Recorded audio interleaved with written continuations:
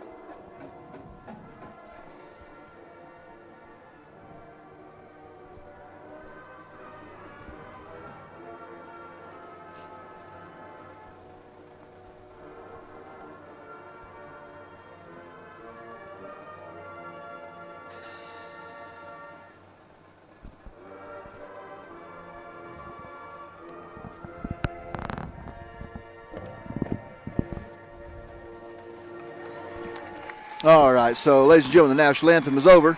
And like I was saying, this is Mark Jordan with Ashley Stevens. Welcome to week 10 of the high school football season.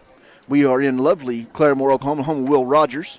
And we're here to see some football tonight, Ashley. This is it, Mark. This is the last regular season game for the Tigers. They have the opportunity to go 9-1. And the last time, Mark, that anything like this happened was 1991. 1991, your Tigers went undefeated and lost in the third round of the playoffs.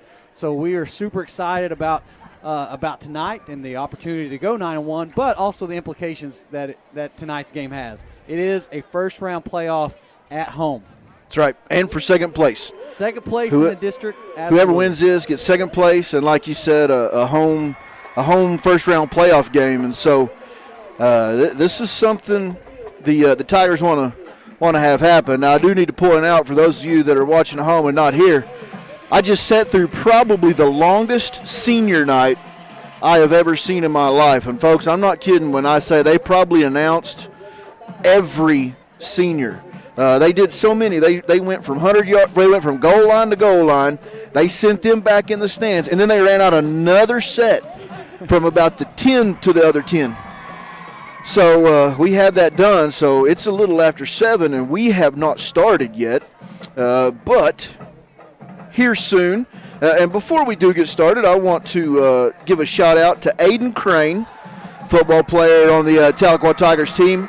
His appendix ruptured, I believe is what I heard, and he is in the hospital watching us online. I was told to be watching. So, Aiden, man, we hope you're recovering nicely. Word is you got to be in there for another day or two, but we sure hope you're doing well, man, doing well.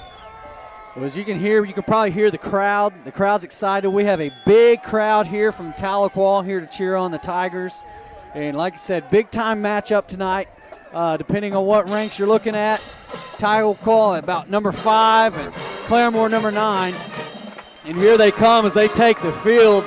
Your Tahlequah Tigers sitting at 8-1, hoping to go 9-1. We're going to keep a close eye tonight on the Ada versus Edison game. Ada versus Edison, because Mark, if we win tonight, we play at home. Now then, if Ada loses, we win. We got Coweta.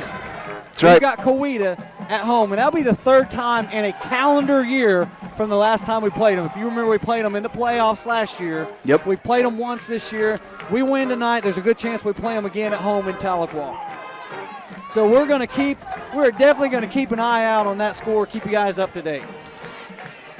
It's a beautiful night in Claremore, clear skies, not much breeze. Matter of fact, the American flag is just hanging straight down, and it's a cool night. Got my sock hat ready to go and a big coat and a hoodie and everything else. So It looks like the Tigers are going to receive the ball tonight.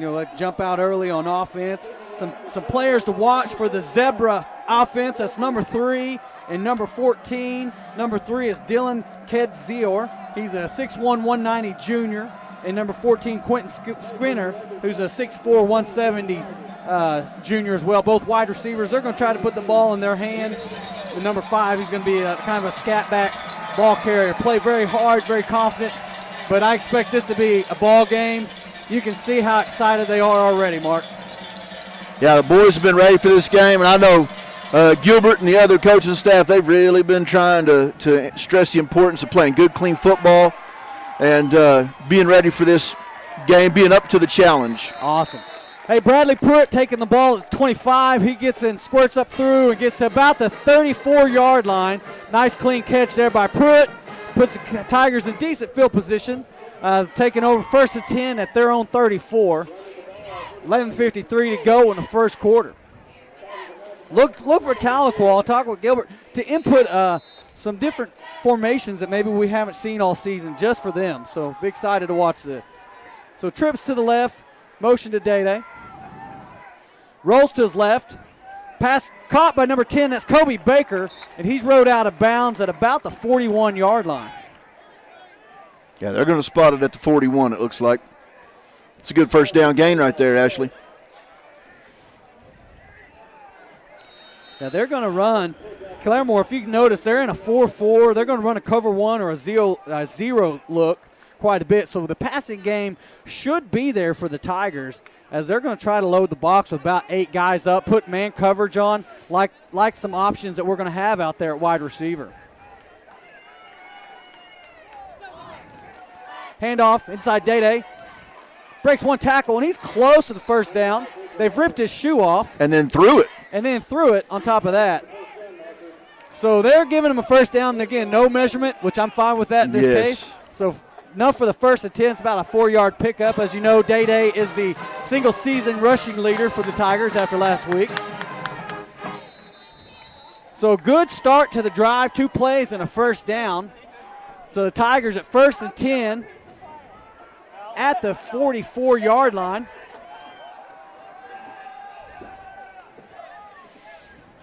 Well, actually, there's 2 times down the road. It looks like they've got a defensive player lined up in the neutral zone. Look at that. Look at that down lineman. He's absolutely in the neutral zone there. He corrects himself.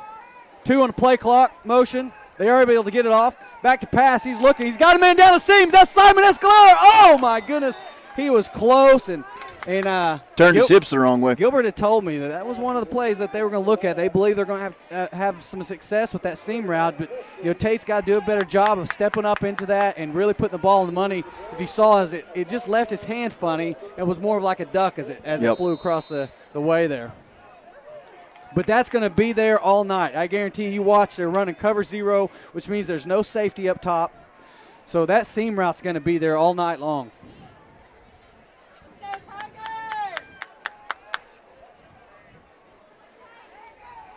They're going to call a penalty on Day. Day was moving forward at the start of the snap. He can move side to side, but you can't be moving forward at the time of the snap.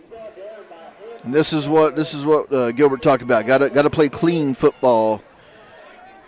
Can't have flags. Now the Zebras look like they're going to decline that. They want to lose that down. They'd rather have it be third and long, and I don't know that I would disagree with that if I was the head coach of Zebras. Put them third and 10 for the Tigers. Trips to the right.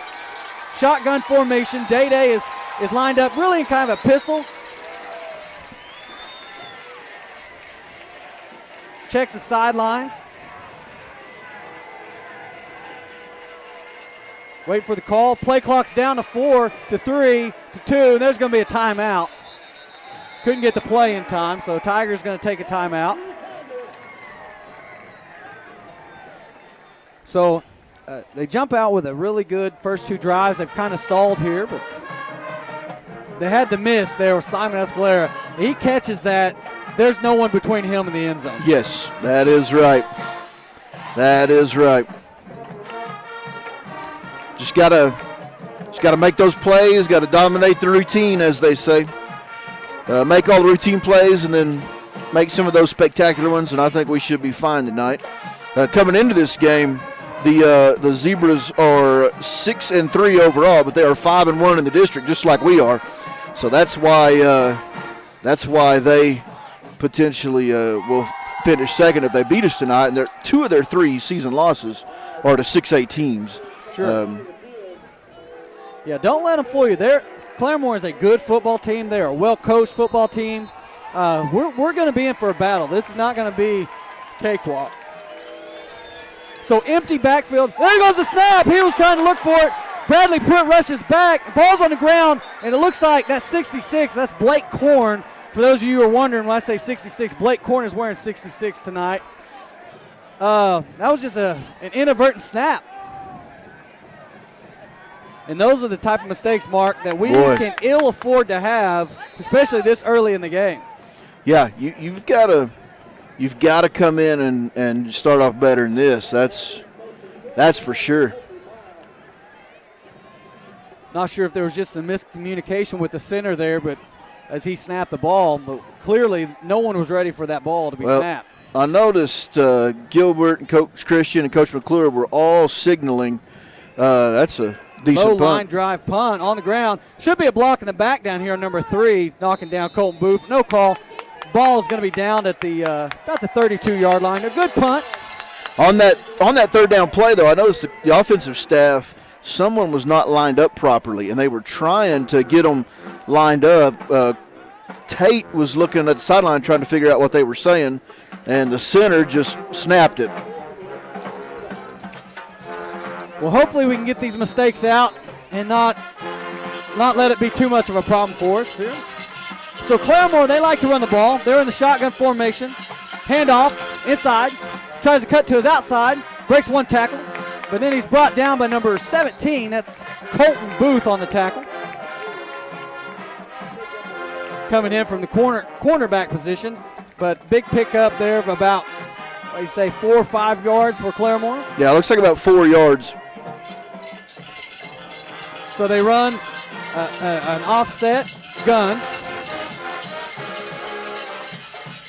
Handoff outside 5. Oh, big tackle in the backfield. That's Blake Korn. And there it is, the baby shark. The baby shark celebration.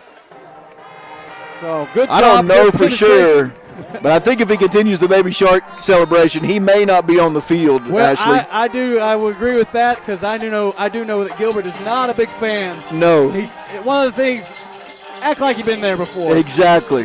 But, I'm like, hey, you may not be there again, so let's celebrate. So they flip-flop. Fakes, rolls to the outside. Just old school, being pressured. That's a big-time tackle by the Tiger defense. I believe that's Cole Goodnight. Cole Goodnight, number 11. He tries to roll outside. Tigers clearly have seen that in film and shut that down. Great job by number 11, Cole Goodnight, with a big quarterback sack. And Goodnight, Ashley, getting some love from some state schools football-wise. I know this football season he's gotten 2 or 3 sets of tickets to the Oklahoma Sooners games as just a, hey, we see you. Fair catch. Absolutely. That's Kobe Baker on the return. Fair caught at the 45-yard line.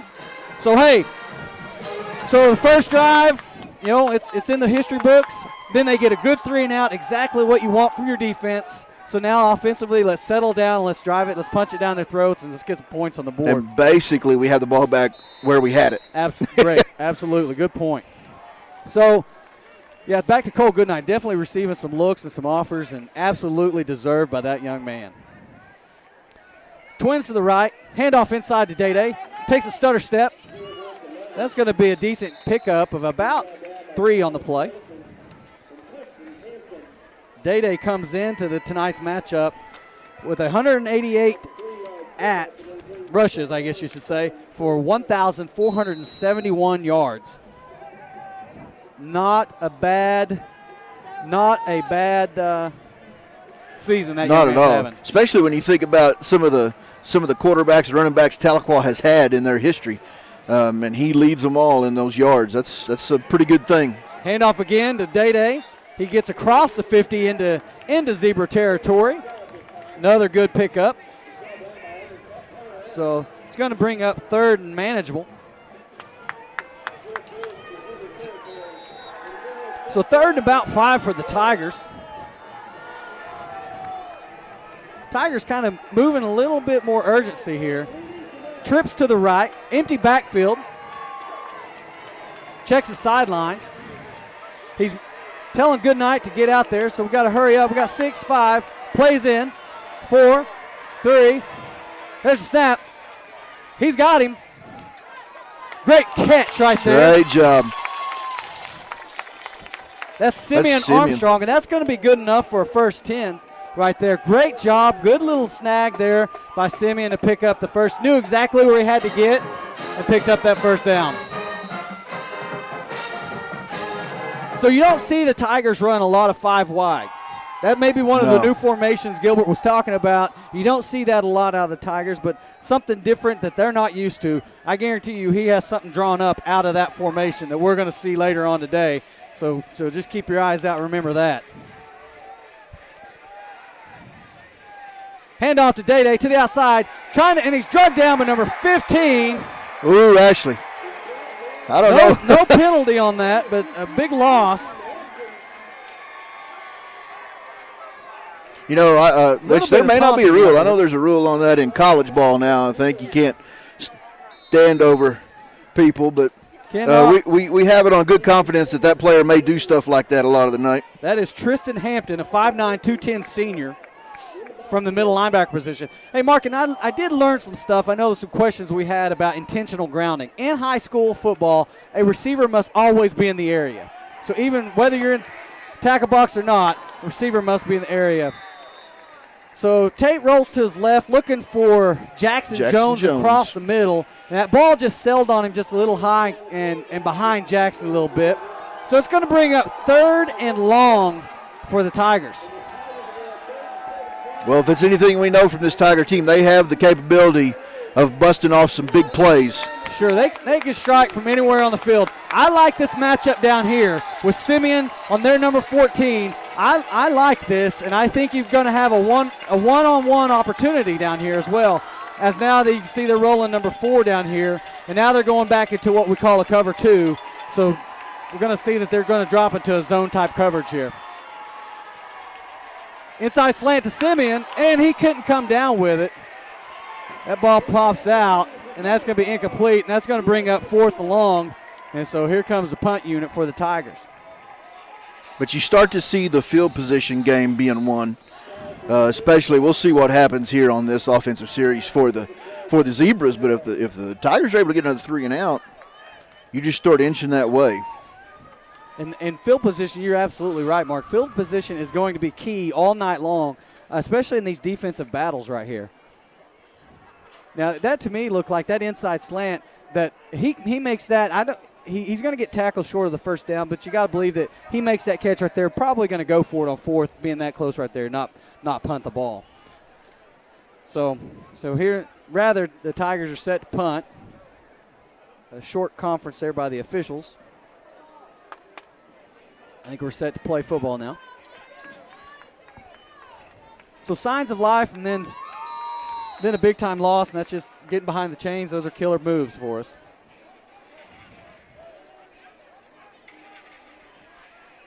Punt, good punt. Inside the 30. They're going to mark it at about the 27-yard line. So would have liked to pin them a little bit deeper. A little bit. But just let that 9-5-9 defense work, and hopefully we start seeing some progress on that offensive side of the ball.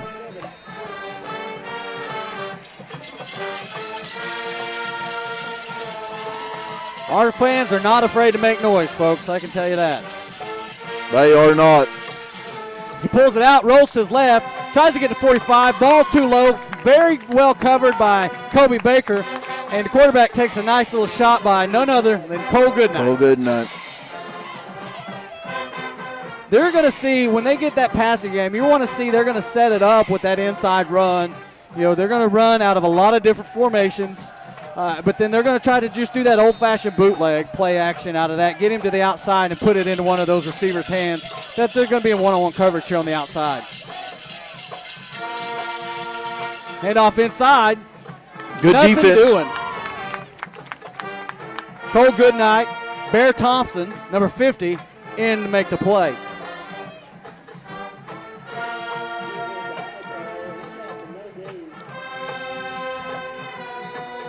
Mark, we're down to 4:35 in the first quarter. It's 3rd and 10 for the Zebras. There goes shotgun formation. Twins, both sides. Running back to his right. Hard snap. Count. The Tigers, they don't fall for it. They check the sideline for the call. 4 on the play clock. There's a snap. He looks to his right. He's got a man down the middle. It's a high duck ball. Good defense there by Trey Patrick. Outstanding defense by number 2. That's Trey Patrick. Boy, he came up there with that windmill, Ashley, knocked that ball out of his hands. That was a great defensive play by Trey right there. Great coverage the whole way. When he got that ball right in his hands, what did he do, Mark? He knocked it right out. Great job. That's how you ride it up right there. So 3 and out. Hey, can't ask anything better from that Tiger 9-5-9 defense. So Zebras forced to punt again. Not a very good punt. It's gonna die out. So about right. We gained about a yard, Mark.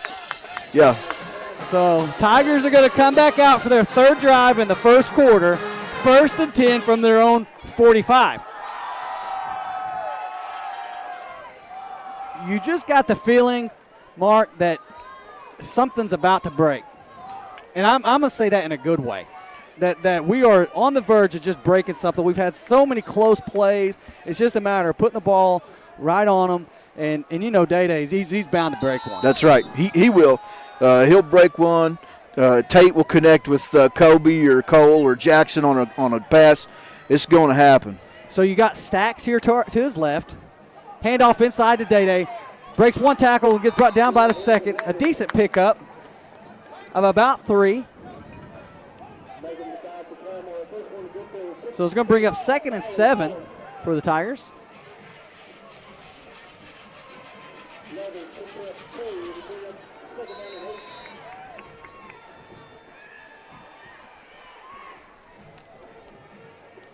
It was Zach Fuentes is playing a position for Johnny Football, or Johnny Utah, as they call him. Yeah. From the airplane skydiving movie. There's down the seam again. Oh my goodness, we're so close. It's going to connect, Ashley. It's going to.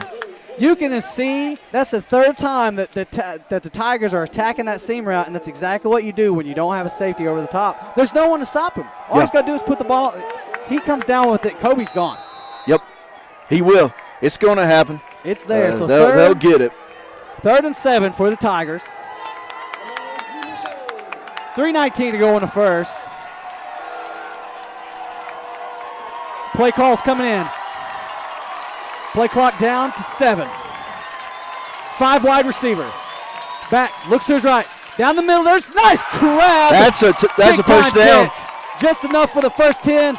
Big time catch right there. From the inside slot again, that's Kobe Baker. Hey, and how about that throw from Tate? I mean, stepping up and just throwing a missile over the middle. Absolutely. Throwing it right over there. Great ball. Great catch by Kobe. 1st and 10 for the Tigers at their 48. At the Zebras 48. Quick hitch. Hang on to it. There you go. He's got nice it. grab. Comes down with it. That's Jackson Jones. That's good enough for a first down. Boy, I'm telling you what, here we go. You start to see that passing game now. Making those connections. So Jackson Jones bobbles it, able to come down with it, but good enough for 1st and 10. So same formation, motion up with Day-Day to his left. Back to pass, inside to Cole Goodnight. Breaks one tackle, can't break 2, but he's going to get to about the 25-yard line. Pickup of about, 5, 6. That's a weird angle for me. Yeah, it's hard for us to see right here. And, folks, I'm going to tell you that everything about this stadium is not really set up for the visitor. Not that it should be, but you've got the scoreboard where we can't see it really. And so usually that's what we can look at. So 2nd and 4 for the Tigers. Same formation, kind of a hurry-up offense. Checks the sideline. So they're running basically doubles or twins on each side. Day-Day in the backfield, they'll motion him up. They're running like almost a pistol formation until he brings him up to an offset to his left. Handoff inside to Day-Day. Bounces to the outside, makes one man miss. To the sideline, lunges forward. That's first down. Mark, that's good enough for a first down. Great job. Great little scamper by Day-Day. And, that's what the passing game does for you. It softens that outside up. You saw he bounces in, hits to the outside, and picks up enough for the first 10. Great run there. Tigers and trips with Jackson, Kobe, and Cole to his left. Day-Day motions to his left, rolls to his left. He's got him deep in the wheel route. He's wide open. There's no one there. Touchdown, Tigers. Kobe Baker. Oh, there it was, Mark. That was it right there. Hey, we told you. We told you they would start happening, and there it is. Great job. It was a great job. They run everything off. Kobe comes to the outside on a wheel route. No one picks him up.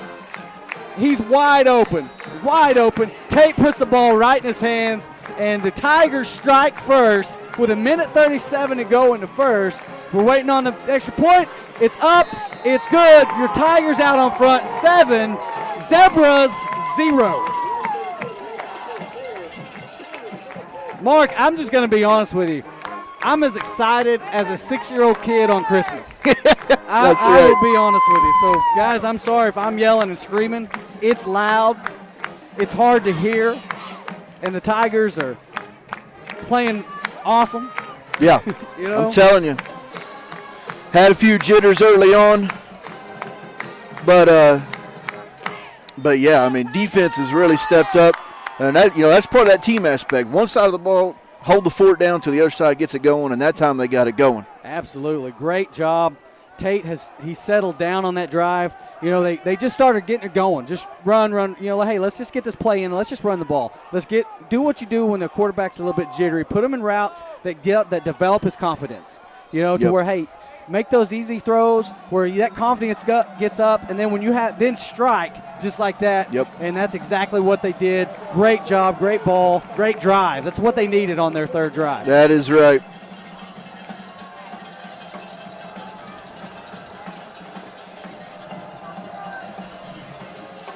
So Tigers set to kick. Another pooch kick. Fair catch, taken at about the 31-yard line by number 16.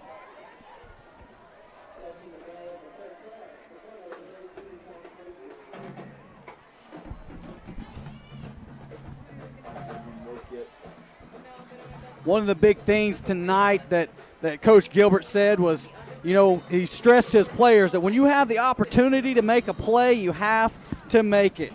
That you can't leave the ball game on Friday nights and worry about those missed opportunities. Take every chance you get to make everything you can out of every opportunity that you have. And there you go, another big-time play. That's number 33, Simon Escalera on the tackle. So this defense, Mark, is having a field day right now. No gain for the Zebras. Shotgun formation, offset to his left. Checks the sideline. Play call coming in. 10 on the play clock. Minute to go in the first quarter. There's a snap. He rolls to his left. He's looking. He's got a receiver number 3. Hit tipped. And that pass falls incomplete. That'd be number 11, Cole Goodnight, breaking up that play. He read that from the start, Mark, and that play never had a chance. Great job. Mark, I'm just going to tell you, the Tigers look defensively like there's nothing that they are running that they have not seen in practice. That's right. And that's surprising. And you talk about Goodnight. Actually, he's got what they call ball sense. He's got a nose for the ball. He seems to have his body in the right position at all times. He's a football player and an athlete. Inside draw, and the Tigers do a good job. That's Dylan Parrish in on the tackle. And number 34, Isaac Strain, helped bring him down. And you, again, Mark, another 3 and out. That's the third straight. As the Zebras march their punt team on. Third straight right here. So 28 seconds to go. Clock is running. Kobe's your back man. That's a good punt, Ashley. Fair catch for Kobe. That's a really good punt down at the 32-yard line. Waited till about the last minute to make that fair catch. My heartbeat was increasing as that ball was coming down. That's right. That's right. Boy, Ashley, I tell you, I know this team has been ready for this game all week. I talked to Coach Reeves, defensive line coach. I talked to him on Tuesday, and he said he already was anxious and just antsy, ready to get it going. So you know now that it's here. These boys, they tell you what, a shot at finishing 9-1. That's a big-time year right there. You are 100% correct, and that's something to be very, very, very proud of. So Twins to the right, man in motion. It's the old jet sweep. Good block on the outside, cuts up. One man breaks the tackle. Kobe Baker still on his feet, and he's knocked out of bounds at about the 39-yard line. Did you see the block here on the outside? My goodness sakes. That's Blake Korn and company. Pancake block, I believe, is what we like to call it. That's right. Number 45 for us, that's Fuentes. He's Zachary Fuentes. He's a little banged up on the play. A little banged up right there. Think he'll be fine. Looks like his shin got hit, and that hurts. Those are the worst. All right, so here we go. Second and short for the Tigers. Twins to the right, offset to the right. Day to his left. Handoff, power to the left. Cuts it back inside, and oh my goodness, first the man down. In the grass got him, but you're absolutely right, Mark. Another first down. Did you see how low he gets, Ashley, when he was making that cut? I guarantee you, from the bottom of his foot to the top of his head, he probably wasn't 3.5 feet off the ground. And again, I always say that's if you're a young running back out there, you want to watch how he runs the ball. He's low to the ground, pad level low. He's always driving his legs. Does just a fantastic job. And, Mark, that's going to bring us to the end of first quarter. That felt like that was fast. That was really fast. And not only that, Ashley, the Tigers dominated that first quarter. You're absolutely. Defensively, they dominated. And in that last drive, they got the offensive going and struck at a pivotal time. So here we go. Tigers up 7-0 at the end of the first. So very excited. 3 more quarters just like that. I'm telling you what, I'd take a 28-0 win in Claremore.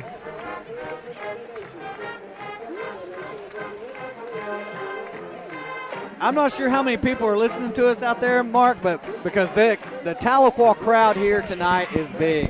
It is. We have a good showing of our people here, and it's exciting to see people following these Tigers. Want to give a shout out to David Craig, who's listening at home on the Tahlequah Tigers athletic website. Well, I got to give a shout out to these kids we have tonight. Ashley, we have Maria Mojica running the computer and producing, Edwin Palomares on camera 2, and then Alicia Kuntihi and Amelia Garcia on camera 1. So 4 kids tonight putting in some of that extra time here. So here we go, Mark. Trips to the right, Day to the right. Back to pass, looks to his right. He wants to throw. He's going to tuck it and run.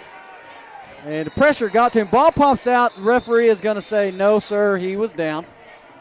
He had Cole here in the flat. But that's pressure takes your eyes off of being downfield. I think Cole was probably his third read on that. So probably didn't get time to get through the rest of his read. Looks like he's shaking up a little bit as he's limping there, Mark. He's gimping a little bit. That's right. They're gonna run Simeon at the quarterback, and they're gonna look at Tate right here because it looks like his ankle's hurting a little bit. Maybe it's just a little bit tight and he can walk it off. I did hear his mom tell him to walk it off, so you know that's it's a matter of toughness, and he listens to his mama as he's walking it off and rubbing a little dirt on it. So now something we see right here, actually, I don't know that I've seen Dylan Parrish in on an offensive play, and he is out there. Well, Gilbert did talk to me that I guess there's some with Johnny Football slight injured that you might see Dylan a little bit in that position there. Simeon overthrew his receiver. That's Baker intended receiver. Again, attacking that seam route, and again, there's no help over the top, and so that's about the 4th time we've tried to hit that route, and it's just a matter of time before that happens. Of course, Simeon having to take his glove off could have had something to do with it. When you're trying to throw with if you're not used to throwing the ball with the glove on. So. No, I don't know about football, Ashley, and I know there's some quarterbacks that do it, but in baseball, that's a big no-no. Don't wear a batting glove on your throwing hand. I get it. So change of the personnel package. Play clock's down to 10. 5 wide receiver. They're down to 5. They're going to call 4, 3. We're going to be able to get this off. There it is. He rolls to his right. Penalty on the play. He's got Kobe with a great catch, but we got a couple penalties back here. I think we're going to have a roughing the quarterback, but there could be an illegal procedure. I could be wrong, but I'm not 100% sure they had 7 guys on the line. Yeah, the Whitecaps asking this line judge on this side, what's the flag for over here? So you have 2 different penalties. So we'll see what it is, but if I was counting right, there was 5 guys in the backfield. You have to have 7 on the line, but we'll see what they call here.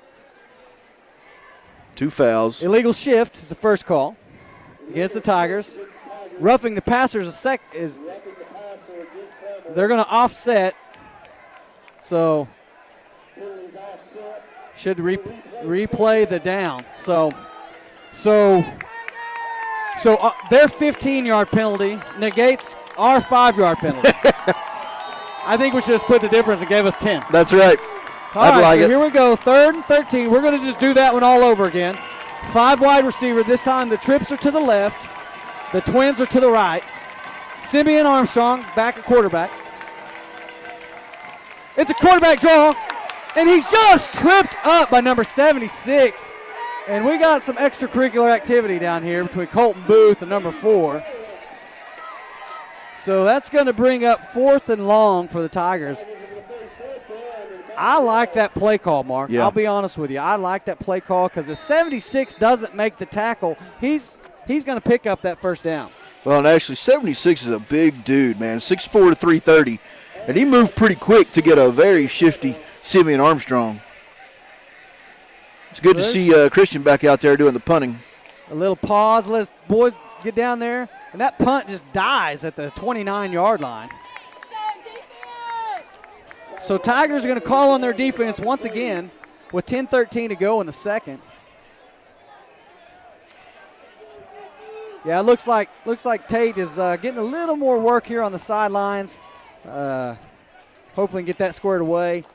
And hopefully he's fine. Obviously he did all right if he can run out there and punt.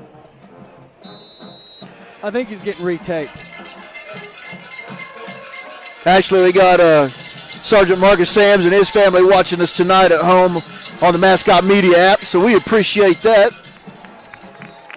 So they tried to run a little play action out of the shotgun, and then the pressure got to him. He was pressured by that number 34, Isaac Strain, and causes a bad pass, and it dies in the dirt. So it's going to bring up 2nd and 10. And right now, I can't say enough about this Tiger defense. Well, I'm telling you, they are answering the bell right now. No question about it. So here we go. Twins to the right. Shotgun formation. Tailback to his right. Back to pass. Looks to his right. Throws. Caught. Breaks one tackle. Ball on the ground. Actually, I think we may. Nope, they recovered it. They're marking it down right there. But big time hit by number 45, Zach Fuentes. And he's banged up again. You know, he's still nursing that shin from earlier, I believe. Actually, they're sending in Angel Quezada. Now you're going to see Angel Quezada, Zach Fuentes, and Dylan Parrish at that fullback position tonight. Those are going to be the 3 people that they're going to rotate in. So don't be surprised if you see all 3 of those guys. So Angel Quezada, sophomore. Yeah. I know they talk really highly on that young man. Got a big heart, big work ethic. So same formation. They're going to hand off. Oh, he rolls to his – not today. Good job by the defense. Great defense by number 5. That's Dylan Parrish. And number 33, Simon Escalera. And a shot, that tackle is a loss. And it's going to bring up 4th down again. Actually, if they punt it, that's the 4th one. There might be some trickery here, but I kind of doubt it. Mark, help me if I'm wrong, but they have not had a first down. No. They have been 4 3-and-outs. 4 3-and-outs. Now they're making a little bit of an adjustment. I got to figure they're got to play the field right here, you know. Yes. So you would punt in this situation. And that's what they do. Good punt. Kobe's got a chance, but he bobbles it. And wisely jumps back on top of it at about the 32-yard line. So here we go. No change in field position. No. Nope. Once again, and so we got 8:34 to go in the half, and still just, you know, we're not exactly firing on all cylinders offensively, but we've got the game. The momentum is on our side, it seems. Absolutely. You know, we're just that close, and not trying to be a Tahlequah homer here, but we really are that close from plays to have been big plays. Yes. You know, attacking that seam. We're just that close to having it put together. We could be up easily 28-0. So inside pass just like that right there to Bradley Pruitt through his hands. Probably should have come down with that. Nothing wrong with that ball.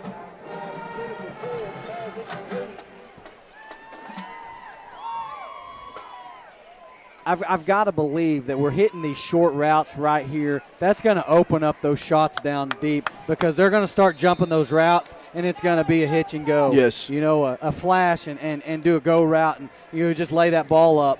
I believe that every play that Gilbert runs sets up 2 more plays. Yes. I'd hate to play that man in chess. Unless he's terrible at chess, then I'd play him. Well, I would hate to play anybody in chess because I don't know how. So handoff to Day Leathers. Not a whole lot picked up on that one. So it's going to bring up 3rd and long for the Tigers. Cole Goodnight coming back into the game.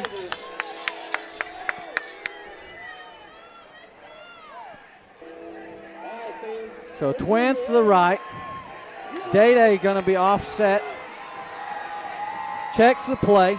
Play's coming in with 10 to go. Down to 5. Rolls to his right. Looking.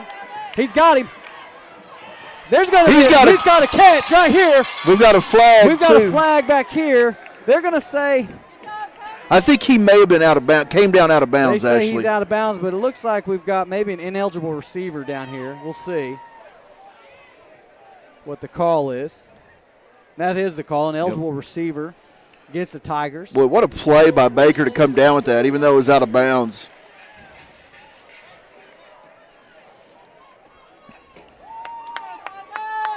So that's going to back the Tigers up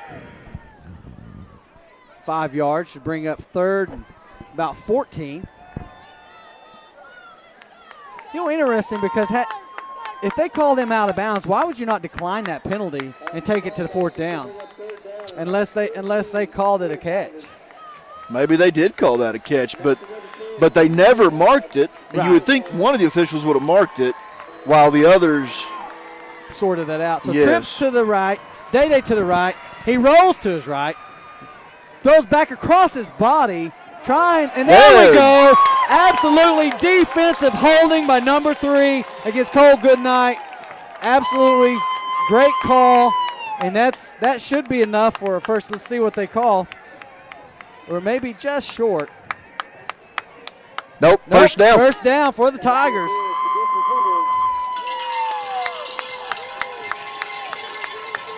So throws across his body to number 11, Cole Goodnight. The penalty is going to give enough for a Tiger first down, and that's what we needed. Let's get this drive going. So Tigers 1st and 10 at the 43-yard line. Checking the sideline.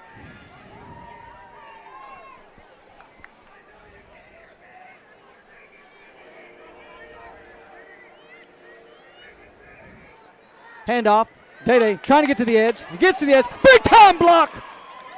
I thought he was going to go back inside for a big time gain. That's number 71 coming out, and I mean crushing that defensive end. And Day shoots up the field for about 5 yards. My goodness sakes.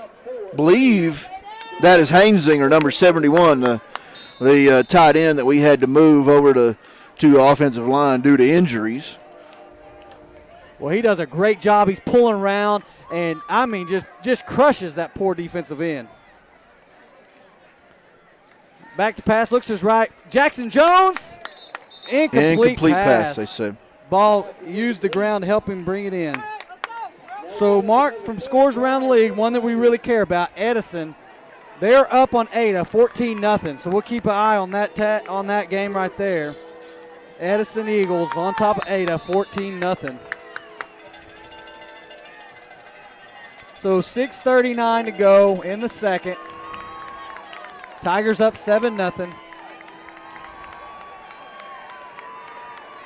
Day motions to Tate's left. Kobe motions to left. It's a jet sweep. Kobe gets to the outside.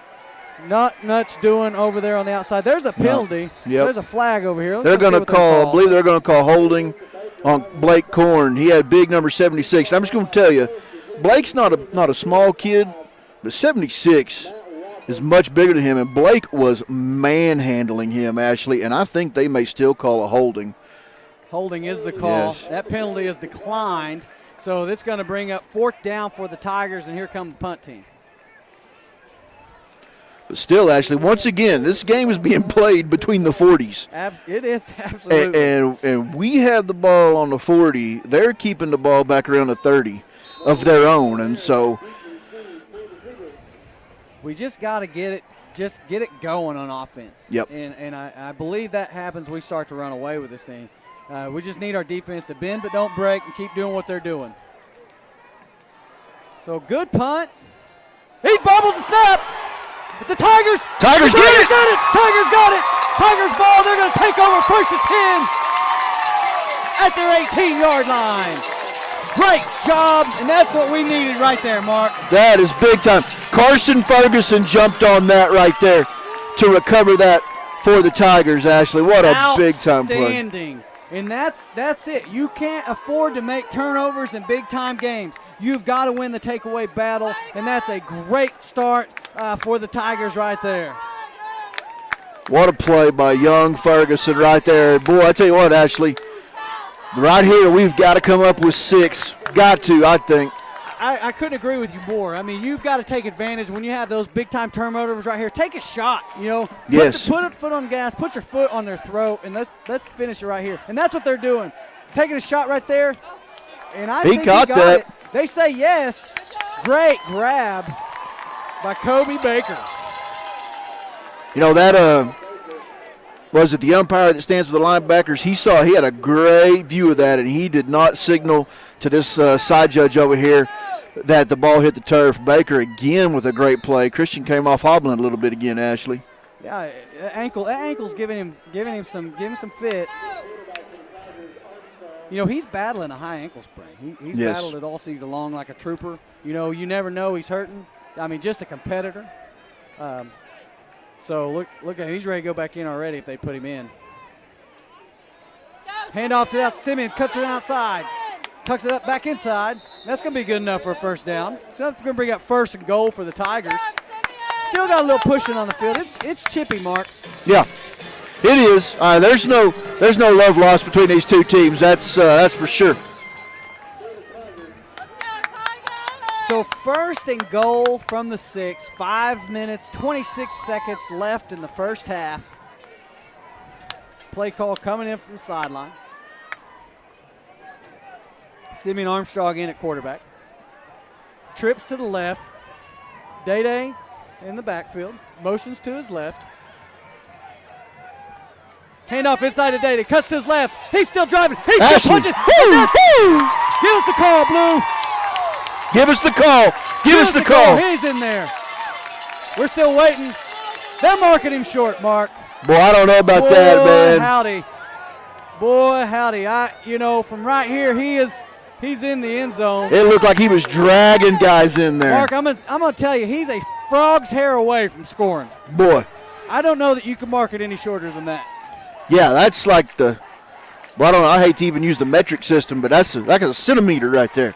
Mark, when you win both world wars, and we're the back-to-back World War champions, we don't have to use the metric system. No. Well, there's two types of countries in this world, Ashley. Those that use the metric system and those that have been to the moon. So there you go. Handoff inside. He's in. No doubt about it. Day Leathers strikes from a frog's hair out. That's right. And Ashley, look who the first player was to congratulate Simeon. That was Tate Christian. Absolutely. What a competitor. Guys, these kids are fired up. I mean fired up, and how can you not? What an atmosphere to play football in.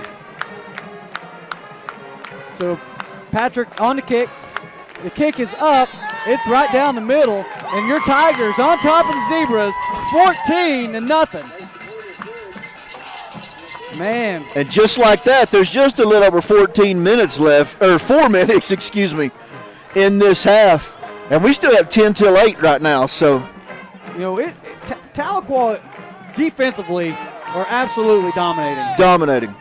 Hands down, and you couldn't ask for a better performance thus far from the defensive unit. And it's almost like they're telling the offense, hey, guys, you hang in there, you keep battling, you keep doing you, we're going to do us, and we're going to keep us in this thing. We know you're going to get it done, and that's what they've done. Well, and you get a big play on special teams with the muff punt return for Claremore. Carson Ferguson falls on it inside the 20, and then you have the offense right there, put it in. Great job. You know, that's one of the most important things from an offensive standpoint. You have to get points off turnovers. Yes. You have to take advantage of those turnovers. You know, and from their standpoint, you know, that's the worst thing that can happen, you know, is allowing points off turnovers. So fielded with a fair catch at about they're going to say he's at the 29. So here comes the Tiger defense once again. We're sitting at 4 3-and-outs. And I don't think they expect to give up a first down.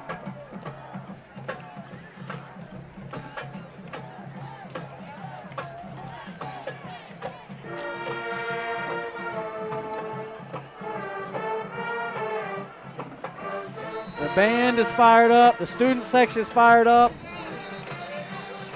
Timeout on the field, Claremore. They didn't like what they saw, which is good because I think we had a little confusion on defense. I think so too. Actually got to pull it out. Number 77, Big Brandon Davis is suited up for the Tigers tonight. And I honestly have not checked to see if he's played, but I know they were hoping that with the medical care he received this week, that knee would allow him to play a little bit on offense because he's one of our good offensive linemen that we really like to have in there. Yeah, it's just a tough, that's tough when you're in your senior year and you sustain an injury. You can see, I would think that if they would have let him, I think he would have played the next week. I think so.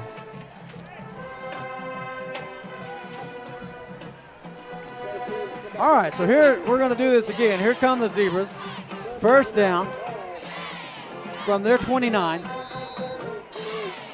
Twins to their left, offset to the left, gun formation. Checks their sideline for the play. They like to do that. They like to see what they're going to line up in. There's a snap. This little bubble screen. And good open field tackle right there by Trey Patrick. Yep. Well, they're going to call it a first down. That's a generous spot, Ashley. I think maybe he got tackled at about the 37, but they marked it at 39. So here we go, same formation, step to the opposite side. They check the sideline. That's a good little bubble screen. I mean, yep. You put your player out in space and make them make an open field tackle. So good job by Trey by doing that. Once again, same play for the other side. Oh, my goodness. And Colton Booth misses the tackle. Boy, Quayshawn had himself a pick right there. He read that like a book. Oh, my goodness. And I think he just mistimed his jump just a hair. But that may be the last time we see that play because the Tigers are reading it. It may be. If anything, they may come back at that, seeing how bad he jumped it and hit it deep. That's right. I was once told by a coach that if a play works, run it again. Yeah. If it works again, run it again. Same formation, they flipped to the other side. And now they did exactly what I said they were going to do, but not today by the Tiger defense. Outstanding job. That's Nathaniel Justice. Big time sack. And Mark, they did exactly what we said they were going to do. They ran it to this way, they ran it to that way, saw him jump the route, and then they thought they were going to do basically a hitch and go. And Tigers were having no part of that, and then the pressure got to him. Big time sack by the defense. Going to bring up 3rd and 5 with 2:40 to go in the first half, excuse me.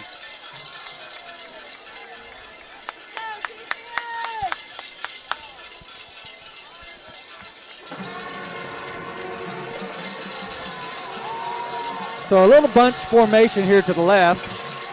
Handoff. Rolls not today. Cole Goodnight. What a play.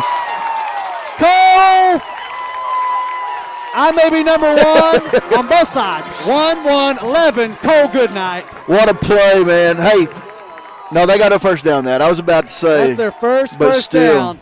Big time sack by Cole Goodnight. Brings up 4th in eternity, and here comes the punter. So this is now the 5th possession that they punted, 5th or 6th.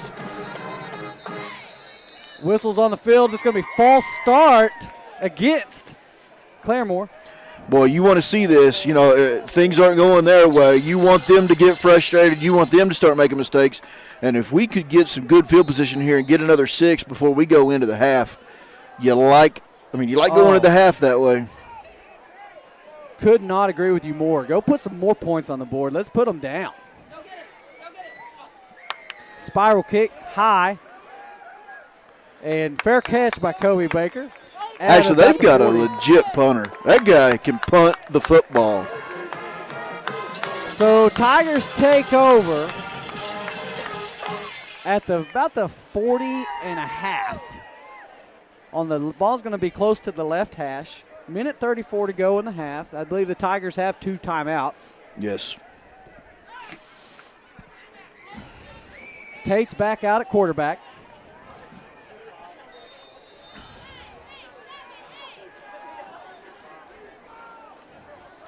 Here we go. We got doubles or twins, whichever one like to call it, both sides.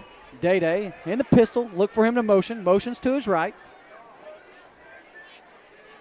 Handoff inside to Day. Cuts up inside. Might gain about 3 right there. So going to bring up about 2nd and 7. Well, we got a little more than 3, Mark. Maybe about 4. Maybe 4 or 5. I'm the worst at estimating. Well, we're kind of at a weird angle right here still. They're getting close to us. I think your original estimation was right. We'll say 3, 2nd and 7. Motion. Fakes to Kobe. He's looking. Goes deep to Jackson. And there's no call. They were pushing off. I'm okay with the no call on that. They were both. Jackson was pushing as much as he was getting. Yeah. So, not too bad of a no call on that play. But well, at some point, you do want to let the boys play. Sure. So, yeah. So, here comes 3rd and long for the Tigers. 57 seconds to go.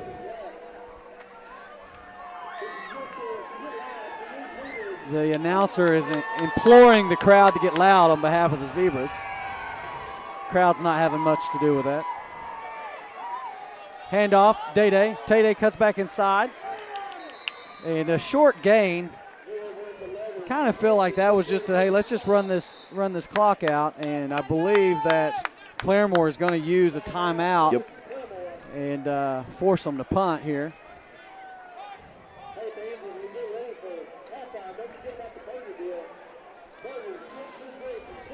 This may be one of the faster halves we've had this year. I agree, Mark. I mean, we're sitting at 7:58, so an hour into it. Granted, we did not get started right at 7. No. Because of the enormous amount of seniors that go to Claremore. Yeah, they had to announce all 238 of them. If you were just a senior at Claremore, you got recognized tonight. That's right. So congratulations on being a senior. Yeah.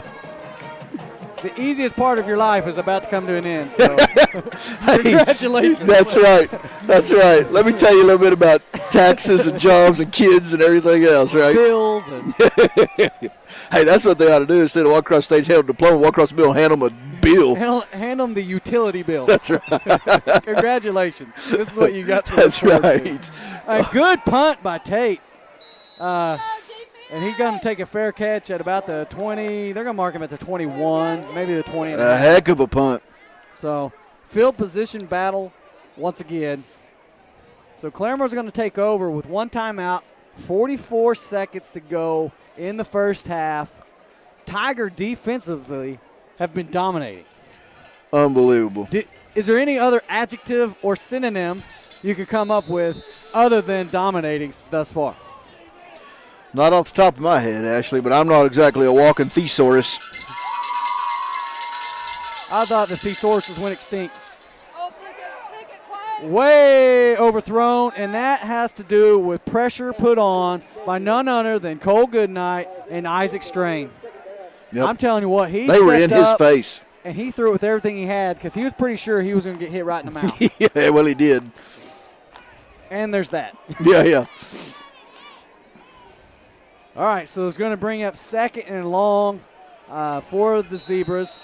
Imploring the Tiger defense just to, keep it all in front of them. Don't give up the big play right here. So trips to the right, running back to his right, rolls to his right, trying to get the flat, tucks it again, throws it, number 20, and he's going to be tackled and he's short of the first. I don't know if you saw what Cole Goodnight just did. That's a football player.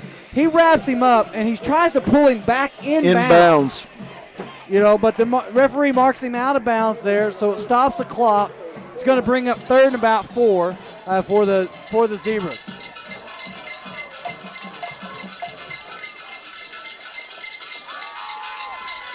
Trips to his left, tailback to his left, single coverage to the right. Snap, rolls to his left. There's got the wheel route here to 20. That's who he's trying to get to.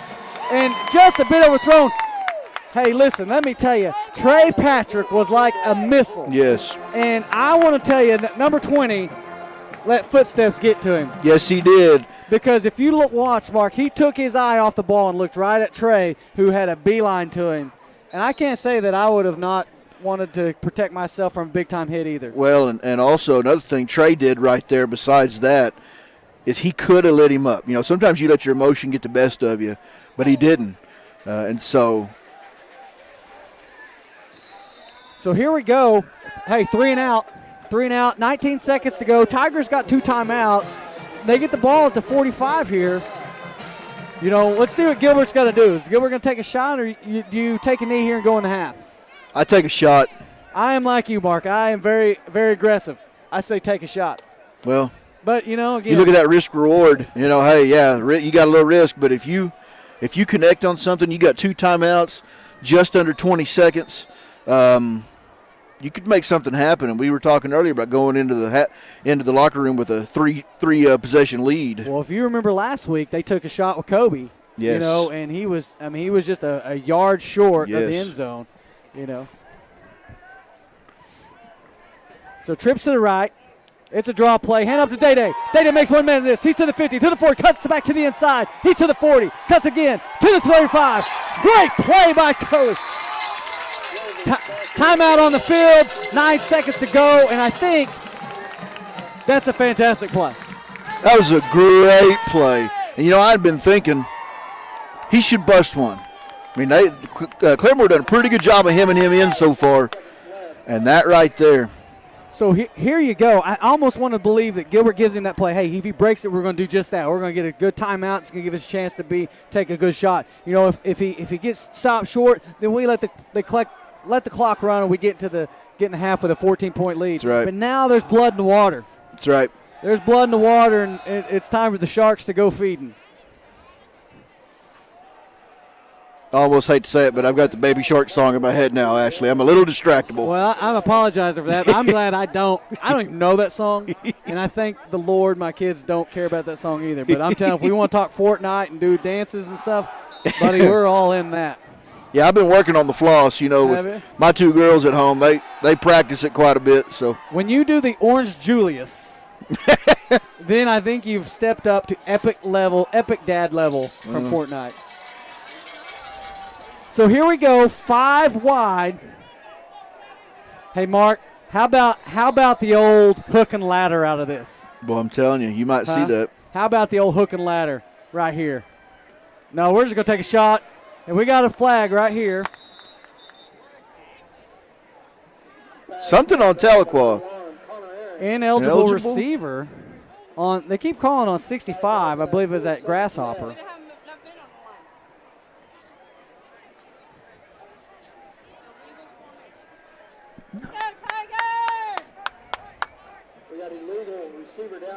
Yeah, it's a lineman downfield, number 65, Nick Grasshopper. He got about 5 yards deep. So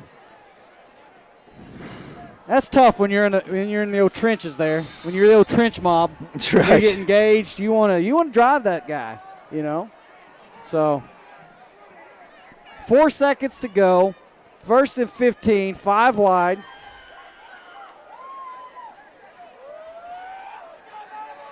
Look for another shot. Here we go. Oh, and he's gonna be picked up. There's another flag right here. And 76 is running his mouth right there. And I'm gonna tell you, as an offensive lineman, I don't know that they're gonna let that happen go very often. Personal foul against the Tigers. However, was it a chop block, you think, or some sort of illegal block? I don't know what they called. Yeah, that was a interesting end of the half there.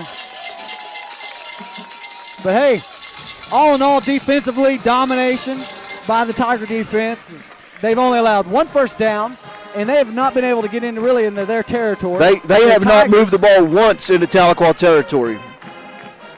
So offensively, we're missing on some things, but right now we got a good 14-0 lead. And, couldn't ask for a better defensive performance for your Tigers. Yep. Offense scored when you want them to. Defense holding strong. So, folks, what we're going to do is we're going to get off here, and we're going to take us a little break. The Tahlequah Orange Express will not be marching tonight. So we'll have the Claremore band for you, and we'll be back in about 20.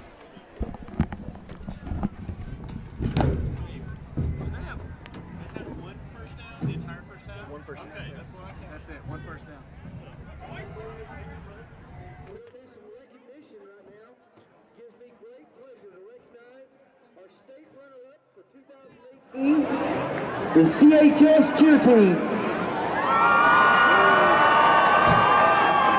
They include Riley Dindler, Natalie Draper, Casey Hope, Jayla Hurt, Audrey Boucher, Emily Bridges, Sydney Callender, Lakin Hawkins, Taylor Loveland, Carly Neese, Tori Webster, Kelsey Caldwell, McKenna Davis, Madeline Downham, Katie Henson, Alexa Hunt, Shayna Sanders, Elise Tilly, Michaela Alt, Cameron Glenn, Helen Garrinan, Abigail Jones, Kennedy Neese, Tatum Story, and Rebecca Burgess, the state runner-up cheer team.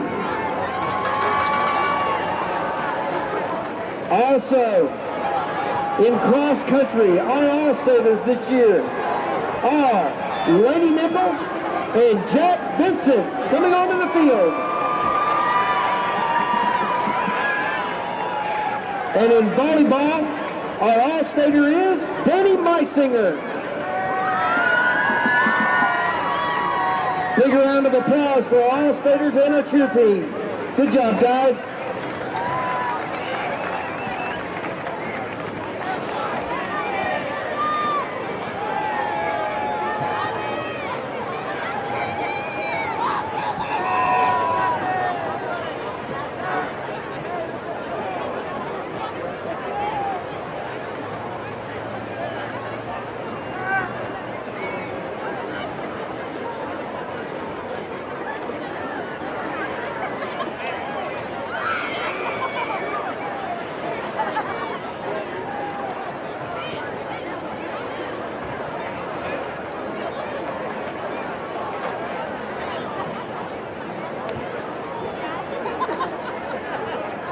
Coming onto the field now is the CHS dance team.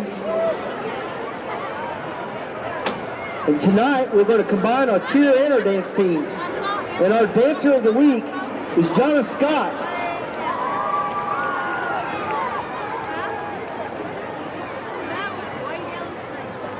Are you ready for us to play the music? All right, here it comes. Louder.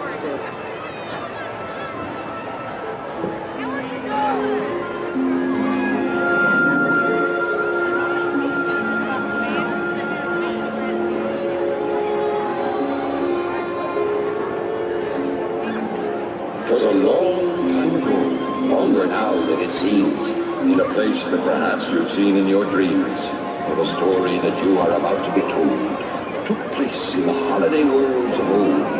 Now, you've probably wondered where holidays come from. If you haven't, I'd say it's time you begun.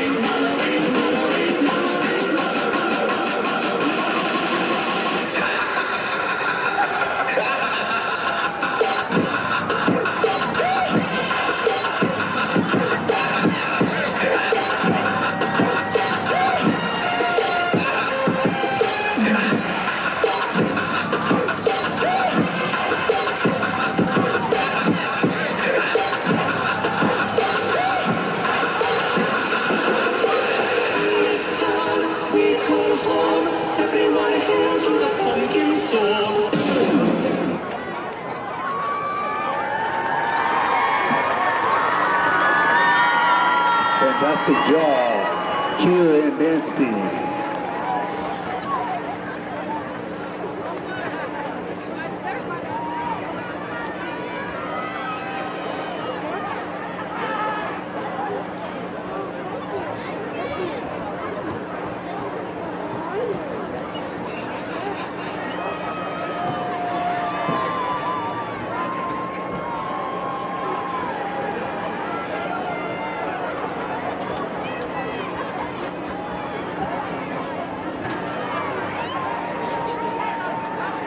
Ladies and gentlemen, now entering the field is the award-winning Claremore Zebra Marching Band.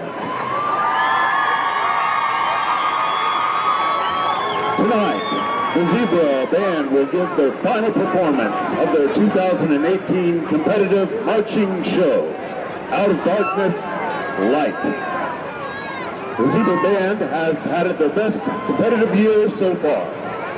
On October 24th, the Zebra Band traveled to Doc Wadley Stadium at NSU to compete in the OSSA 5A and 6A Regional Marching Band Contest. At this contest, they received a superior rating for the second year in a row. Following that, they traveled to Bixby High School to compete in the Oklahoma Bandmasters Association State Championships. After their prelim performance, they were selected as a top 12 band. This is the first time the Zebra Band has ever made it to the finals. Their finals performance netted the band an 8th place finish overall.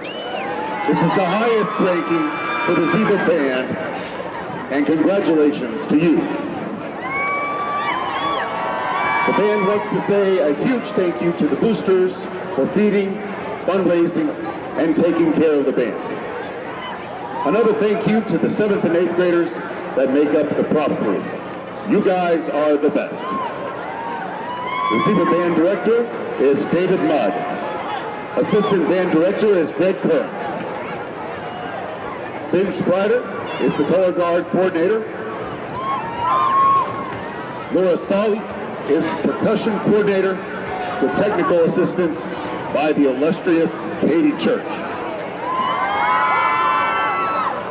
The Zebra Marching Band is under the field direction of drum majors Becky Brewer and Megan Hearing. Drum majors Megan Hearing and Becky Brewer, is your band ready?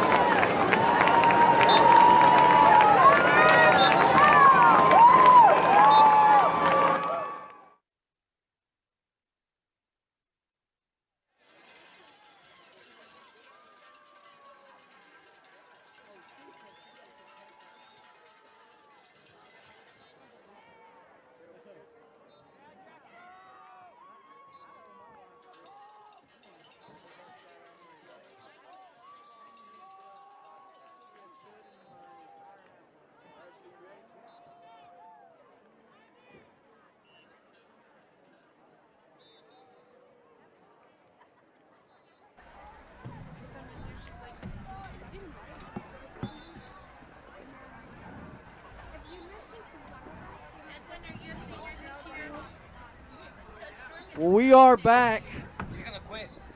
There are about 2 minutes to go left in halftime as the Tigers are out here warming up. And, you know, as much as I like to give my wife a hard time, I'm definitely going to give her a shout out right now because she has stood in line, guys, the entire halftime. She's still there to get us a hot cup of coffee. So at least 20 minutes she's been standing in that line over there. The concession stand is not Chick-fil-A, I can assure you that. So all you fans out there, make sure you tell your wives thank you, because when my wife gets up here, I'm going to give her, you may hear me give her a big kiss here on the radio because that coffee is going to taste good, I hope.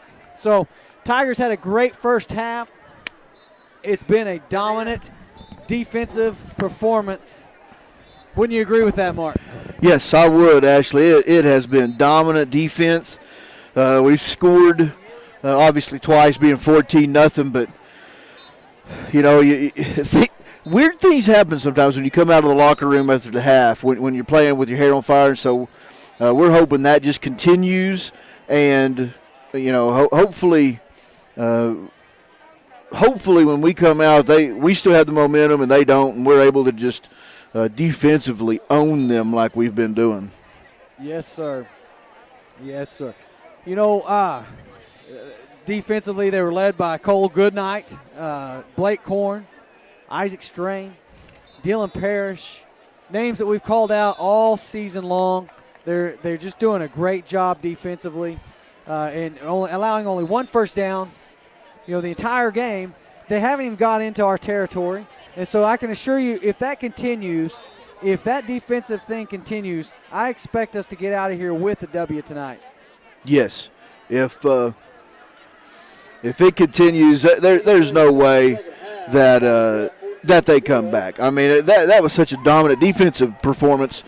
And sorry, I just bumped into somebody, folks. But yeah, it would be it'd be dominant. And right now, Tigers have been dominant. I mean, that defense has been owning them, and that's the coach that breaks out the Tigers out of the half right there is defensive coordinator Keith Wilson. And so Tigers are going to kick the ball, so their defense will get the start here in the second half. Offensively, we're that close, Mark. We're that close to just putting it together and running away with this. And if we look back on this game, it's going to be those just a bit outside passes and things, the could have beens and should have beens of the first half in regards to the offense. But like you said, the defense have hung strong. They've battled tough, and they have put this team in a great position to win this ball game. That's right. You know, like you said earlier, if we hit one or two of those seam routes, man, over the middle, you could be really talking about even a more lopsided scoreboard than you have right now. But there again, I get a little antsy talking that way just because we still got 24 minutes left of football, and you just never know. You know, Claremore is a good team. They are a 5-1 in this good district, and so you just never know what could happen. So here we go. Trey Patrick kicks. It's a deep kick. Fielded at about the 20-yard line. He steps up to the 25. He's to the 30, to the 32. And he is brought down at the 32-yard line by number 23. That's Quayshawn Leathers. Quayshawn Leathers is the brother of Day-Day Leathers. So once again, they're going to have the ball about where they lived with it all first half. Well, it should be an area they're used to. That's right. So here we go. 1st and 10 for the Zebras. Twins to his left. Offset to the right. Pistol formation. Toss to his right. Cuts up. Number 5. Cuts back to his ball's on the ground. Cole Goodnight says they got it, but it doesn't appear that's going to be the case. So a short pickup. About 2 yards on the carry on the toss play. So it's going to bring up 2nd and 8 for the Zebras. You know, that's not counting that muff punt return. That's the second time they put the ball on the turf. If we can keep at that, knocking that ball loose, we will get it at some point. And points off turnovers, boy, they help you out a lot. So he goes under the center for the first time tonight. Toss to his left, trying to get to the outside. Here comes, great job by Trey Patrick, number 2 from the outside cornerback position. Defense did an excellent job, Mark, stringing that play out all the way to the sideline and then closing in and making that tackle. Well, and one thing I noticed actually right there, they were double teaming Cole Goodnight. Looked like a hole to me, but that's neither here nor there. But they were double teaming him. He was so disruptive in that first half. That might be part of their offensive adjustment is get 2 bodies on number 11. So it's going to bring up 3rd and long for the Zebras. They hurry to the line. This is called the sugar huddle, Mark, where they line out, they come out of the huddle and break real fast to try to basically trick the defense. And it didn't work, and they had to call a timeout. Called timeout on themselves. Yeah, that's this is what you want to see. So the sugar huddle, Mark, is a huddle where they line up really close to the line of scrimmage, and the idea is that when they break the line of scrimmage, they're there to run the play, and it catches the defense, A, number out of alignment, or B, not ready to play. And Tigers are having no part of it. They're ready to go at any point of the time. They're ready to go for it. So great job by the defense, and it forces Claremore to use a timeout early in the second half. And in this type of game, Mark, those timeouts they're gold. Oh, valuable. So valuable. Mark, while we got a break here in action, we'll give a shout-out to Charlie Lovell and the Lovell family listening back home. We appreciate you guys tuning in and hope we are keeping you well informed of what's happening. So, twins to the right, offset to the right, pistol formation. Rolls to his right, looking. And he's going to be sacked for a loss. That's Dylan Parrish, number 5, and Isaac Strain, number 34. Mark, that's how you start the second half. Well, I tell you what, Ashley, a 3 and out. And so, a little over a minute into the third quarter, we're picking up right where we left off. So 4th and an eternity for the Zebras. So punt team is out. And there's a kick. It's a high spiral. Going to let it bounce. The universal term for get away from the ball, also known as Peter, has been called. And the ball is going to roll down to about the 31-yard line. Got to give a shout-out, Ashley, to Cody and Debbie Peterson watching from home tonight in Tahlequah. Cody of Welling Service Company and his wife, Debbie, a history teacher in the building I teach in. Guys, I want to tell you how much I love my wife. Guys, she has been in the concession stand line for 25 minutes to bring me a hot cup of coffee. And I'm telling you, young men out there, that's the kind of women you want to find, the ones that love you more than you love yourself. So. Well, now, Ashley, I don't know, but I've in my mind, brownie points on live internet stream is worth more than brownie points other ways. I agree. So handoff to Day Leathers inside. A short pickup of about 2, maybe a yard.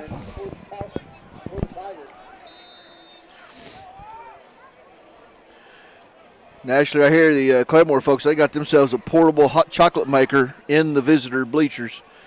And they're staying pretty busy. That's not a bad idea. I think Tahlequah might have used that idea right there from the Zebras. Yeah, but we have Tiger cookies, Mark. That's right.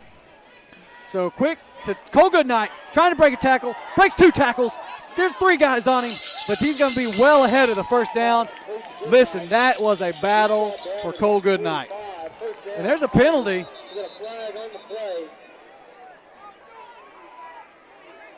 And Gilbert is not happy. He says, that is not right, Mr. Official.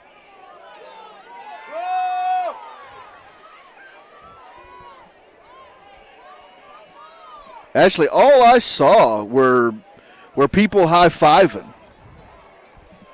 Well, I can tell you, Gilbert is pleading the case, and they're having no part of it. First down is the call. Unsportsmanlike conduct is a call against the Tigers. That's going to back them up 15. However, it should be 1st and 10. So Tigers get enough for the first and 10.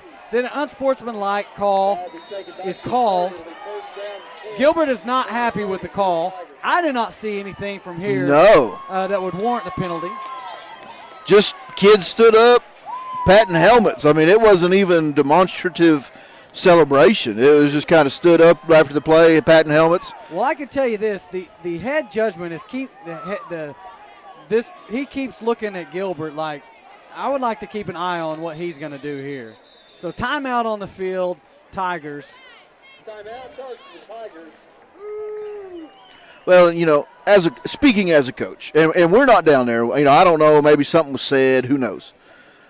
But speaking as a coach, is a very frustrating thing when an official basically makes the game about them, so to speak. And that can be a frustrating thing. I don't know that that's what happened. I'll probably get in trouble again for saying anything remotely negative about the officials. But, I mean, they do a thankless job. But still, sometimes they get a little jumpy on that hair trigger on things. Yeah, the biggest part for a referee, like you said, is don't interject yourself in the game. Yes. You know, call what needs to be called. Now, again, I don't know if there were some words that were said, maybe Exactly. some inappropriate things. I don't know, but I do trust Gilbert enough that when I hear him yell, "That's not right" to the official, I'm going to back him up. Yes. Probably whatever happened, that's not right. I completely agree. So He's still shaking his head. He is clearly still frustrated about the call. So here we go, back in action. Twins, Day-Day to the left. Oh, attention, go. He's got him. There's a ball. Oh, just a bit overthrown. And, Mark, we said that in the first half, that every play was setting that play up Yes. right there. And that ball just sailed on him. Intended for good night. So we're going to bring up 2nd and 10 for the Tigers. You know, good coverage, though. I mean, it's not like they bid on it. They were right there with him. Yeah. He did have a step on him. So even though Claremore goes into cover one and oftentimes zero coverage, they do that because they can count on their cornerbacks to cover their guys pretty well. So there's the handoff. Good block there by 71 to Spring Day-Day. I mean, I know. When our running back is 3 yards out of bounds and gets shoved by the cornerback and they don't It's still anything. No call. It's going to bring up 3rd down. So I don't know. About 9. So 3rd and 9. Actually, I'm going to tell you, that's about 3rd and 8. Look at that stick. If that's 1 yard, that's the longest That's a big yard I've ever seen. I'd like to see that guy's feet. Oh, man. So here we go. Trips to the left. Day-Day to the left. Looks the sideline. Plays coming in. We got 10 to go on the play clock. Tate got the play in. He's ready to go. Down to 5. They're set. There's a snap. Looks to his left. Blocked. Knocked down by number 15. That's incomplete. They were trying to run the inside slant there to Kobe. And so that's going to be incomplete. Tigers are going to be forced to punt. And, boy, I just don't understand that. You talk about a momentum killer. And I know I got to get off the call, but I don't understand. I can't wait to talk to Gilbert Sunday and figure out what that penalty was all what about. that was. So here we go to punt, and here we go. Looks like we got another timeout by Claremore. And their coach obviously is not happy about this. And listen, when you're down to one timeout with Yes. 8:52 to go in the 3rd quarter, and you're down 2 touchdowns, that's not a position you want to be in, especially on a 4th and long. So offensively, Tahlequah sputtering a little bit. Yes. You know, you would like to see a crisper, cleaner offensive performance going into the playoffs, no matter who we play. But like I said, we're on the verge of something big time happening offensively.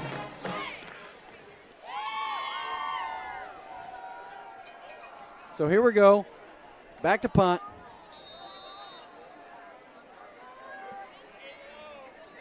High snap. Good punt. It's going to take a Tahlequah roll, and you know what, Mark? It's going to be about that same 5-yard area. Yep. So this time it's going to be about the 28-yard line. Claremore has lived between their own 25 and 35. So here we go, Mark. Little update. It is 23-20. Edison on top of Ada. Now, why do we care about that, Mark?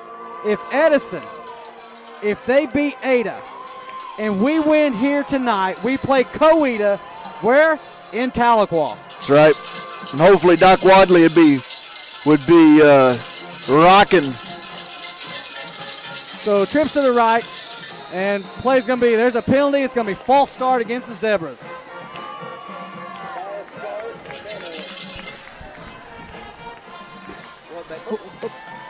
Sorry, folks. I had a little girl run into our headphone wires here. And a 6-year-old that may or may not be one of the small children that live in my home. she has. They're enamored, Ashley. There is a little cat at one of the houses behind the stadium that keeps playing with them. So here's a toss to the right. Number 5 trying to get outside. Cuts back to his left. Makes one man miss. Here comes quarterback trying to throw a block. Cole Goodnight can't make a tackle. He goes back to the inside. And he is finally brought down by Isaac Strain, number 34. And I believe that's number 76, also in on the tackle. That is Nathaniel Justice. Justice is playing hurt too, Ashley. He's been playing hurt for the last several weeks. But a tough kid, a senior, wanting to finish out that senior year of football. Well, that shifty little back ran about 62 yards to gain 4. So 5 wide receiver, man in motion. They tried to run the jet sweep to his left, and he's got it. Number 3, trying to cut outside, big time hit. That's number 23, Quayshawn Leathers, who knocks him out of bounds, but it's going to be good enough for a first down. So the Zebras pick up their second first down of the game. Comes with 7:52 to go in the third. So 1st and 10 at the 40. Trips to the left, offset right, empty backfield. Motion to his left. It's the same play, just opposite direction. And good job defensively. The first man on the tackle there is number 66, and that's Blake Korn. So Claremore's not afraid to run the same play to the other direction. So, if they come in that same formation again, I would look to see them fake off that and try to throw, as that's kind of been their tendency. Run one play, run the same play the other way, come back the other direction, running a fake off of it. That's right. So here you go, triple formation. There's snap. Draw, inside. Steps out of one tackle. That's Blake's tackle he tries to make. But Bear Thompson, number 50, and Dylan Parrish wrap him up, bring him down. That's going to bring up 3rd and about 4 for the Zebras.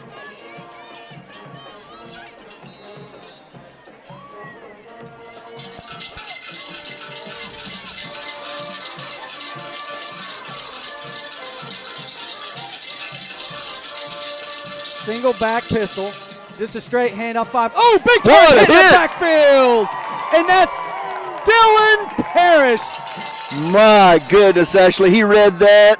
I mean, like the back of his hand. My word. He come through that gap like his hair was on fire. Yeah. And that's how you make a tackle. 1 first down. It's going to be 4th down, and the Zebras march their punter back on the field. Big time play for the defense. And they punt again. Fair catch taken at about the 26-yard line. Hey, defense does it again, Mark. Holy cow. They did get their second first down, but when you've only given up 2 first downs in the entire game so far, I mean, Ashley, I'm telling you what, this defense has came to play today. Got to give a shout out here to Chad Doublehead, Rod Robertson, and other members of the Rod Robertson Band. They are in Fort Gibson at the casino. They are getting ready to play the casino tonight, and they are watching us live. So we got to give a shout out. Those are some Stillwell boys. Also, a little Rod is from Cherry Tree. So they got some Tahlequah ties, and those are some good dudes. You ever get a chance to go watch the Rod Robertson Band? Ashley, you need to, because those boys can play and sing. So Tate, he rolls to his right. He's looking for Jackson Jones, number 13, deep. Good coverage by number 20 from the Zebras. So then he checks down and can't connect with Kobe Baker, number 10 there. So it's going to bring up 2nd and 10 for the Tigers. The passing game is just not clicking. It's there. It's just we're just not making it happen. So here we go. We got a stack formation to his left. Offset to his right, looking for the play call. That Chad Doublehead and Rod, they can pick and grin a little bit, Mark. Oh, my I'll goodness. be honest with you. I'm telling you what. So here's a motion. Handoff, still jet sweep. Day looking for a lane. Shoots up to about the 30, 31-yard line. Decent pick up there. Making the shot for Claremore. It's going to bring up 3rd down for the Tigers. 3rd and about 5, if I'm looking at that right. Dropped at about 31. So Tigers are going 3rd I down. believe that temperature's dropping, Ashley. I'm telling you, my toes are cold. I'm about to put on my other jacket. And I'll be in that tree stand early in the morning. And I'm not going to be carrying a muzzleloader, carrying that old bow and arrow. See if that Matthews string band will do any playing tomorrow.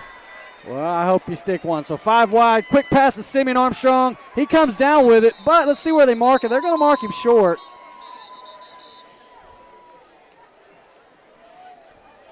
They're going to mark him just shy of the 1st down, if that's where they are marking him at.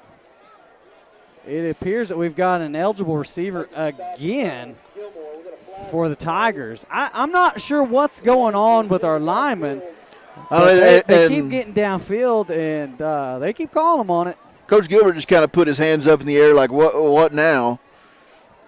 And I've got to believe that the Zebras head coach has seen something on film and has brought it to the attention of the officiating crew and say, hey, yeah. You need to watch this, because as much as they're calling that, you don't usually see that called that much. So, No. So 4th and short from the 34. Coach Gilbert, electing to punt here. Go back deep receive for Claremore. It's Connor Aaron.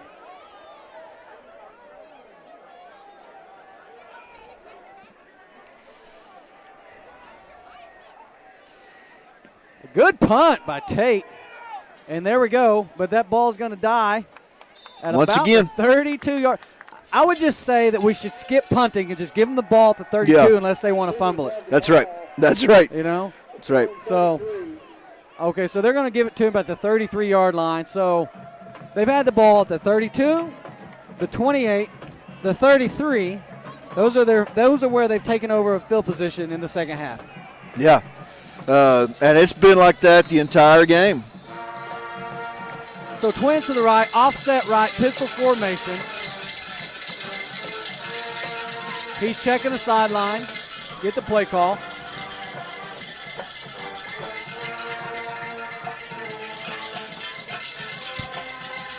Tigers show blitz. Handoff inside number 5. Isaac Strange first man to hit him, and look at that. Kobe Baker on that tackle. Baker, number 10, wrapping him up.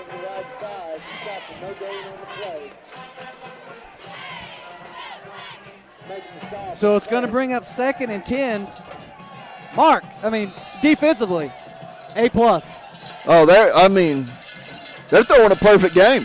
You know what I mean? It's going to be, if this holds out, if this stays the way it is, that's like 27 up, 27 down. Fake, rolls, trying to hit deep. He's got a man. He makes one man miss. He's to the 40.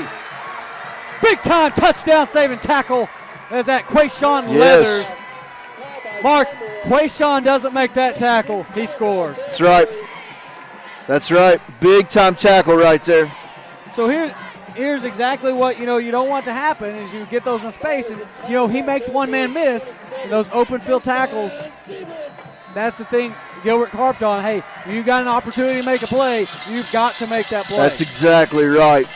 That's exactly right. What you don't want to see is that momentum shift. We've owned it all game. Absolutely. So first time in Tiger territory.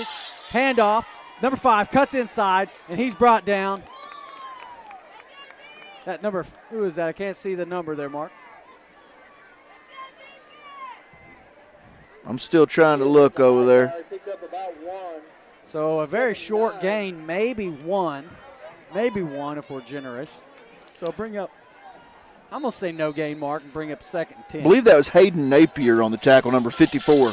He did a great job there on that tackle right there. So same formation going under center. It's an offset to the left eye. Rolls to his left. He's trying to reach down the middle. He throws it up. He's got a man.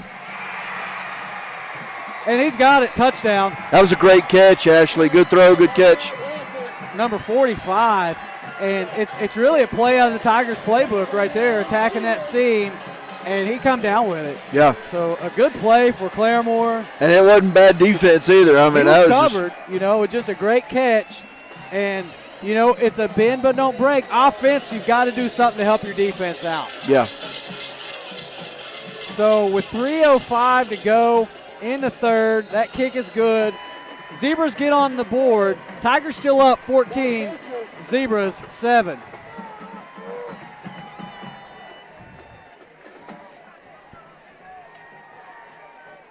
So momentum shift with that play. Yeah, definitely. So far, it's really been a defensive battle on both sides of the football. Yes, yeah. That's right.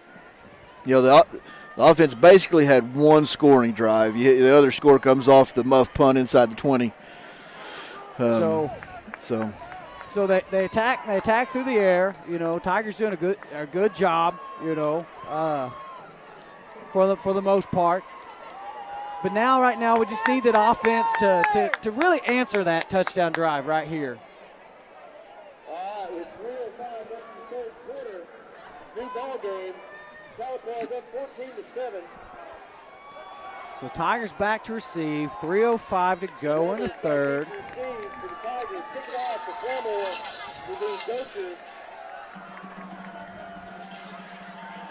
So here we go.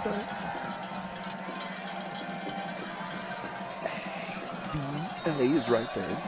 Got signs of life there on the Claremore sideline. Pooch kick, fielded. He's going to take it. Trying to get to the outside. And he's going to be brought down at about the 20. They're going to mark him about the 29-yard line. So no gain on the return. So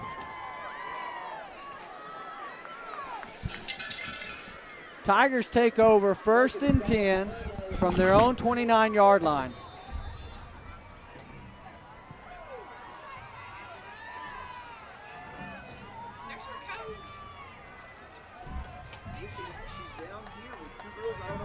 So Twins to the right, offset left.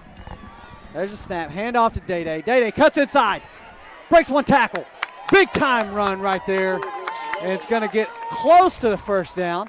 Now, I'd like to see a lot of that right there. I'd like to start gashing them on that run play, control the clock, and then let's get another score. Hopefully make this drive last into the fourth and score. Absolutely. So pickup of 8 by Day-Day, and you could have drove a truck through that hole. So here we go, 2nd and short for the Tigers. Twins formation. Day-Day offset to the right. Back to pass, looking to his left, on the slant. And I'm not sure what happened on the route, but Simeon fell down. Pass is incomplete. It's going to bring up 3rd and short for the Tigers. Well, and actually, he wasn't even running the route that Tate thought he was going to run because the ball was thrown inside, and he was still running a go route, looked like. It's like I almost think he may have stumbled like trying to get to that and then just fell down. So either miscommunication or something there. So here we go, 3rd and short. This is a big play. Huge play. So Tigers need to pick up a first down. They're loading the box right here. Look at this, Mark. 8 guys in the box. They shift. No play call. Looks to the sidelines. Down to 8. Running the play. Handoff Day-Day. Day-Day driving. He's got the first down. Big time pickup. I don't know. Actually, this line judge keeps moving back. And that's a terrible spot. for the Tigers. Fourth down. Here we go. 4th and an inch for the Tigers. And the punt. Here comes the punt team. Well, and actually the official on this side marked it at about the 40. And then the farther he walked out there on the field, the more he angled back towards the 35, eventually settling about the 38. So, So Tigers elect to punt with 4th and a short. There's the snap. They do punt it. Good punt. Takes a fair catch. And they're going to take it over at the 29-yard line. All right, so Tigers go 3 and out. Zebras take back over at their own 29-yard line, and you just feel the momentum shift, Mark. Yes, and I'll tell you, well, I can't tell you when it shifted. There was a significant call on a first down play. That is absolutely when that play that shifted momentum shifted. So here we go, twins to the left, pistol formation, motion to number 3, jet sweep to his right. There he goes, around the corner. Quayshawn knocks him out of the bounds, but that's going to be good enough for a first down. And they don't measure again and just call it first down.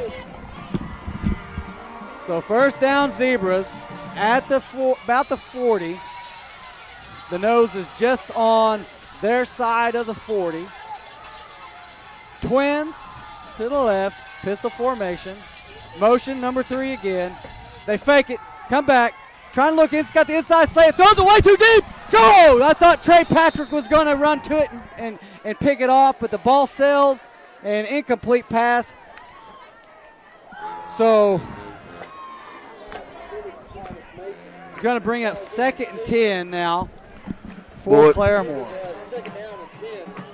They're taking their shots, that's for sure. Both teams are not afraid to throw the ball down the field. No. It's like each team is trying to go for that knockout punch. Yeah, exactly. So here we go once again. Twins to the left. He's under center this time. There's snap. Handoff. Number 5 runs to his right. Finds the seam, but he's brought down. A good pickup. That's Colton Booth, number 17 on the tackle. He picks up at about 6, maybe 7 on the play. They'll bring up 3rd down.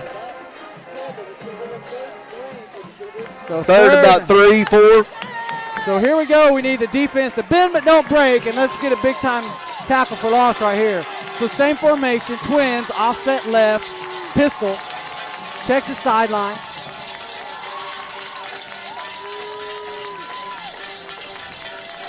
Claremore trying to get the ball in their playmakers' hands, 5 and 13. There's that bubble screen. And he's got the pass is incomplete pass. And they're going to say that was a forward pass, and I agree with it. Yeah, I think it was forward a couple yards. So 4th and 3. And, I don't believe he would have got that first down. We make the tackle. He'd have been well short of it. But Tiger defense doing their job. Here comes the punt team. Hey, getting the job done right there. That's right. That's right. So punt team's on. Low punt's on the ground. He's able to pick it up. Turns out to be a good punt, fair catch. And I'm telling you, Kobe is going to give me a heart condition. Yeah, I know. I was thinking the same thing. So Tigers, they take over at their 25-yard line. 34 seconds to go in the third quarter. Tigers up 14-7.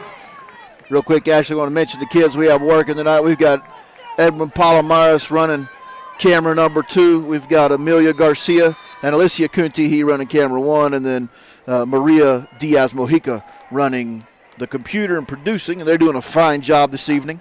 Mark, I couldn't have said that any better. They do a great job to be high school kids just out here working and doing a great job. So there goes Day-Day. Good gain. A good hard run off the first down for the Letters. Pickup of about 5, maybe 6 on the carry. Mm-hmm. They're going to let this run down to the fourth quarter, I believe, Ashley. So the clock is down with 10 seconds, and you're right, Mark. They're just going to take it into the fourth quarter.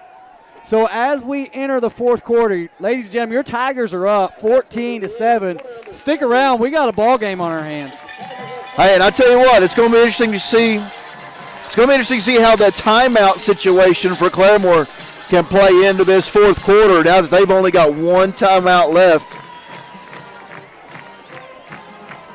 You know, it's a big time battle. You know, and when you go in the fourth quarter with the score tied, you know, that's when you really look to your defense. You know, the offense, man, those are your show ponies, right? Yes, yes. But your defensive guys, those are the guys that are going to win some championships for you. You know, and listen, I expect these Tigers to dig down deep, and let's finish strong.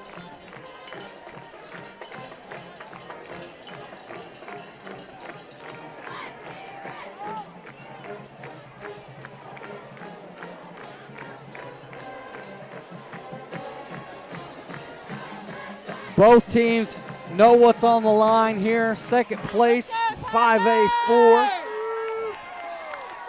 A heated rivalry. Tigers imploring the crowd to get in it.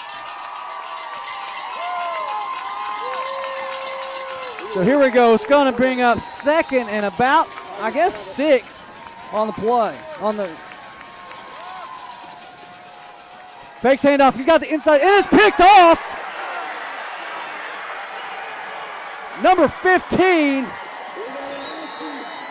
Threw it right to him, Ashley. Didn't see him. Didn't even see him.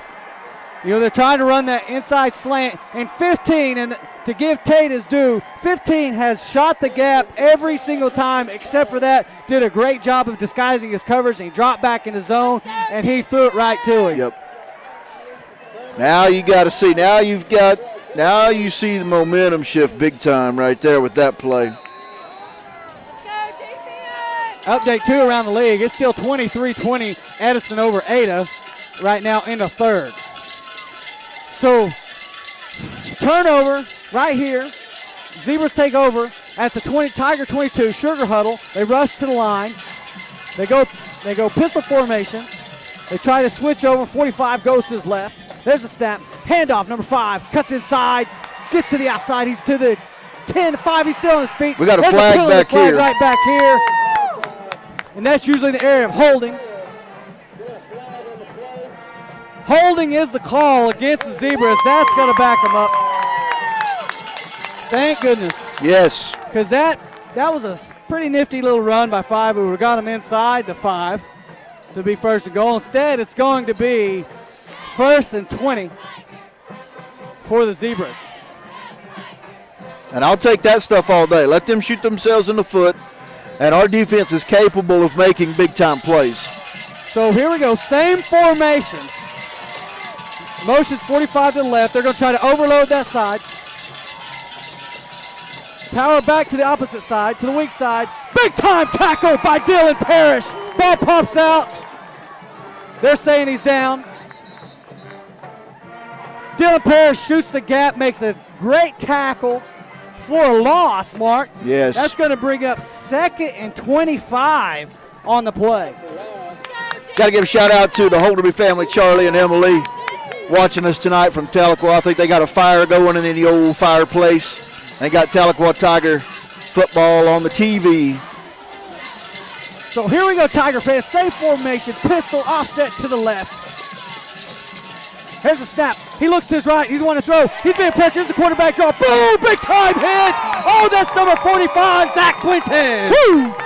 What a play. What a play. That was a design quarterback draw. He set up, and he's going to tuck it. And Zach Fuentes having no part of that. 3-yard gain brings up 3rd and 22 for the Zebras. This is what you need right now. You want the Tahlequah defense to make a play to inspire our offense. So here we go. 3 wide to the left, offset to the right, shotgun formation. Back to pass. He looks to his left, looks across the middle. He's got a man. Oh my goodness, we got to wrap up. He's going to be well short. That was a big hit. Just forgot to wrap up, Mark. Big hit by Fuentes. Yeah, you're right. You've got to wrap up. And he stung him. He stung him on that hit. So it's going to bring up 4th and long, and they are going to march out their field goal team. So 4th and 10, and these aren't gimmies right here, Mark. No. There's a snap, kicks away. It's good. Well, goodness sakes, Mark, that'd have been good from 40-something yards. That's a good kick.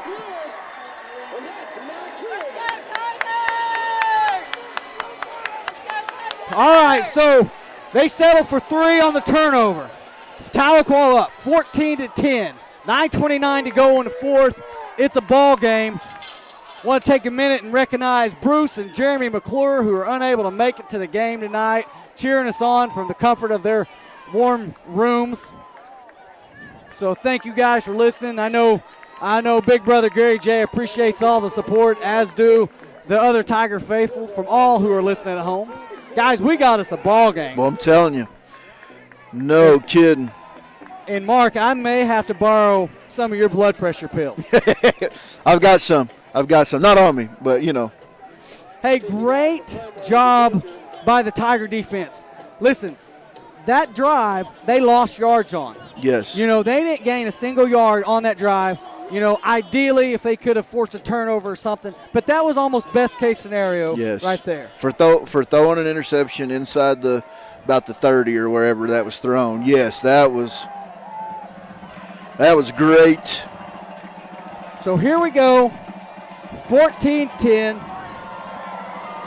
Tigers need to do something offensively here. High kick. Taking it Kobe at the 30.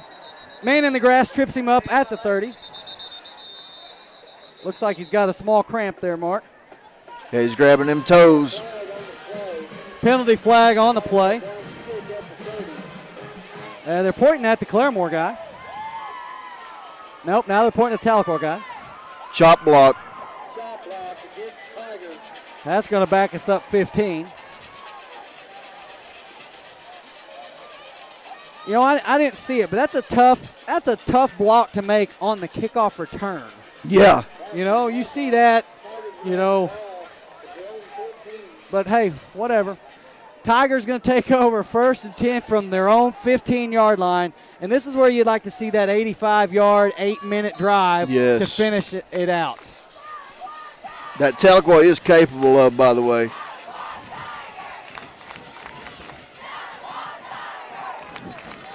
So the crowd coming alive here in Claremore. Twins to the right. Day-Day in the pistol, moves to his left. Handoff inside Day-Day Leathers. Still driving his feet. He's going to pick up about, depending on the spot, could be about 3. If they mark it about the 28, the 18. So there we go. Good 3-yard pickup for Day-Day. He picks up 4. It's going to bring up 2nd and 6.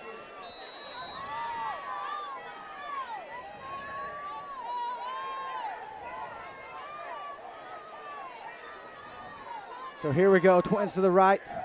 Checks the sideline for the call. Play clock down to 10. Got to get the play in. Plays in. We're set. Motion. Back to pass. He's got good night. He's got good night deep. He's got it. To the 50, to the 45, 40. And he falls down at about the 35-yard line. They're going to mark him at the 33-yard line. And there it is, Mark. That's what we've been looking for all game. That was a big-time play. And you want to talk about knocking some wind out of the sails. I'm not saying that maybe changes everything, but that'll knock them on their heels at least. So great pass, great catch. He had that step. Look, Ford's got his hands on his hips again. He's wore out. He's already turned his hips inside. He's got him beat from the even start right there. So plays coming in, 14 seconds on the play clock, motion. He's got him again. What'd I tell you, Mark? I told you had him again. He's got it. He's got it. That's a touchdown. Touchdown, Tigers! Mark, what I tell you, he had his hips. He had him beat from the start. They go right at him. Big time pass, big time play. Outstanding job. Boy, I tell you what, boy, Ashley, you couldn't have said it any better. You read that defense. That defensive back was tired after that play. Good call on Gilbert right there, calling that again. So if you what a score right there. He said he had his hips turned to the inside. The quarterback had his hips turned inside. He was already beat on the play. So he's already setting himself up for failure, Mark.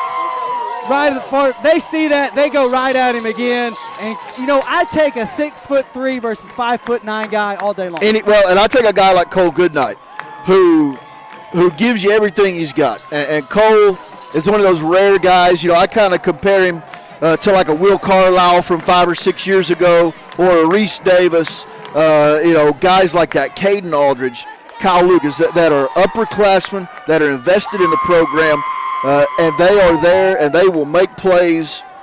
They will make plays when plays need to be made.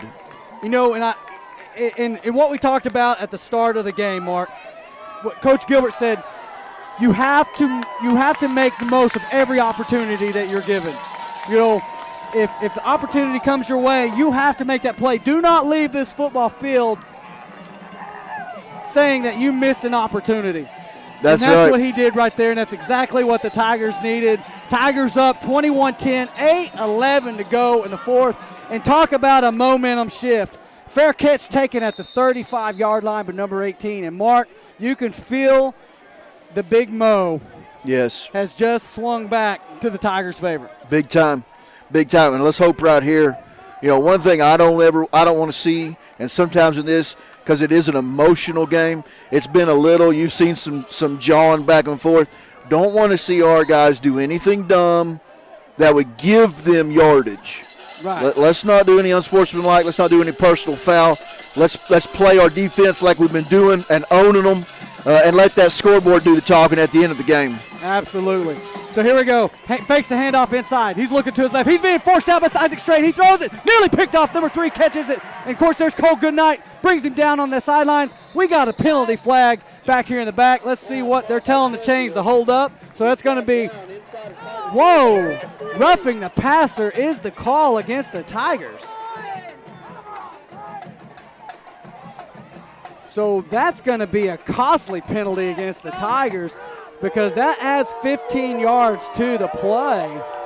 Well, I feel like I just jinxed us. And one thing I've noticed right here, and you don't ever want to see this, is the officials don't want to talk to our head coach. And if you know Brad, he's not being abusive. he's being on it. You need to explain that call. You need to explain that call.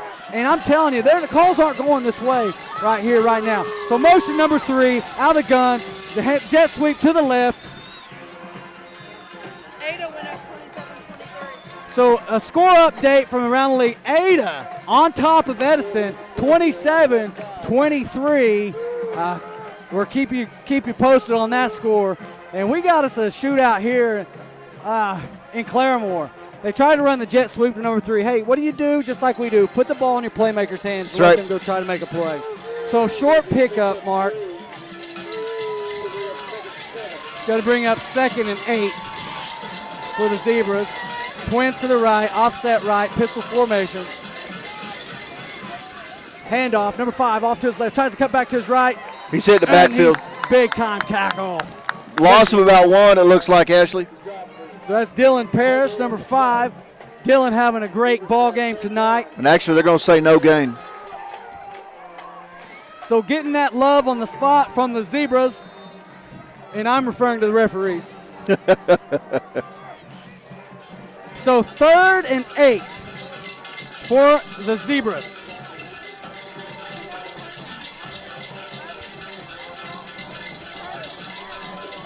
Twins to the right, offset right, pistol formation.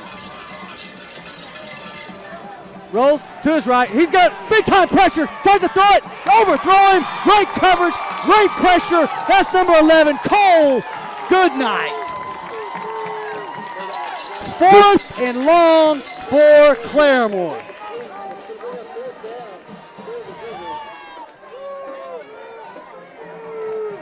Well, I tell you what, Goodnight, I don't know. I'd give him that game ball. Offense and defense right there. He's been disruptive on this side of the football. So here we go, Mark. How big is this 4th down? 7:09 to go. Trip to the right. Shotgun. Offset to the right. Rolls to his right. He's being pressured. He throws it short. And that's all this. Big job. That's knocked away by none other than Cole Goodnight. And he almost had him a pick there. Holy cow. Cole has had a phenomenal season, but right now, tonight, he's putting an exclamation point on his senior season. No question about that. No question. Number 3's dad played for my dad here. Probably the best receiver to ever come out of Claremore. Phenomenal athlete. So here we go. What's the last name? Mike Kinsey, what was that? He passed away at Rankin. Tigers take the field, 1st and 10 from their 31-yard line. 7:03 to go. They're on top, 21-10. Twins to the right, offset right. Day-Day goes to the left. Sorry. Handoff inside Day-Day. Day-Day dances around, and he's going to be brought down. And see, this is where it's starting to get chippy. And there's a penalty flag, and they throw it over on the sideline where Cole Goodnight and number 20 are going at it. How much you want to bet on us? Yeah, I'd be willing to bet a cheeseburger right now. I don't know that we can encourage online betting through this sports app, so let's take that back and say, hypothetically, if you were to bet, would you think that's going to be on us?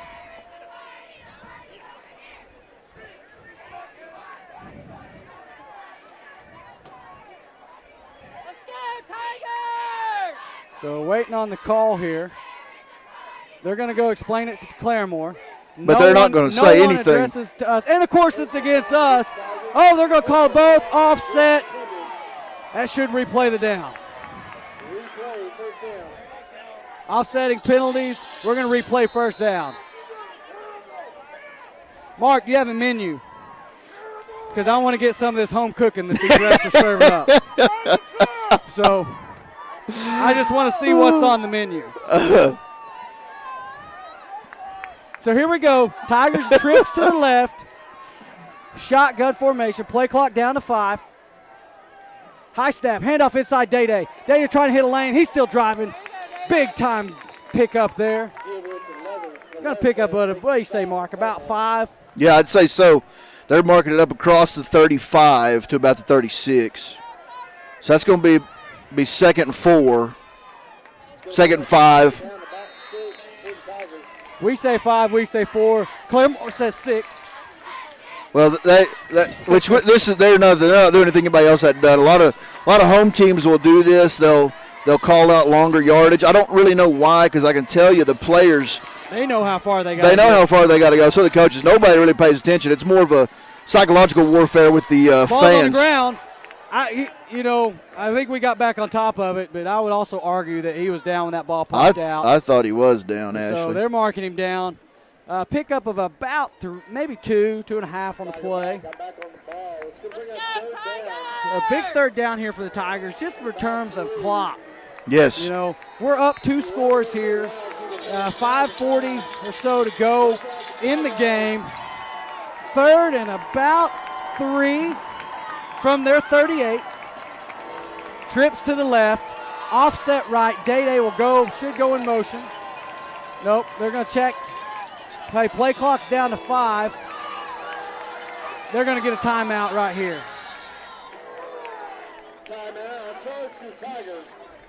That's our first one right there, Ashley. So 5:24 to go in the game. Tigers use their first timeout.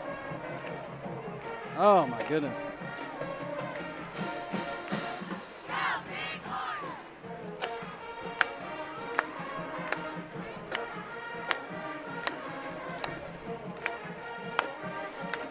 My goodness, Mark.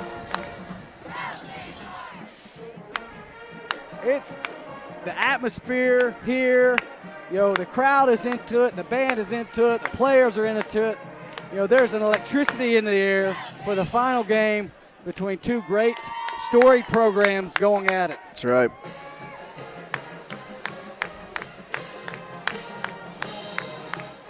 the Zebras have a really nice facility. Actually, this might be one of the nicer facilities we get to play in the regular season. Oh, yeah.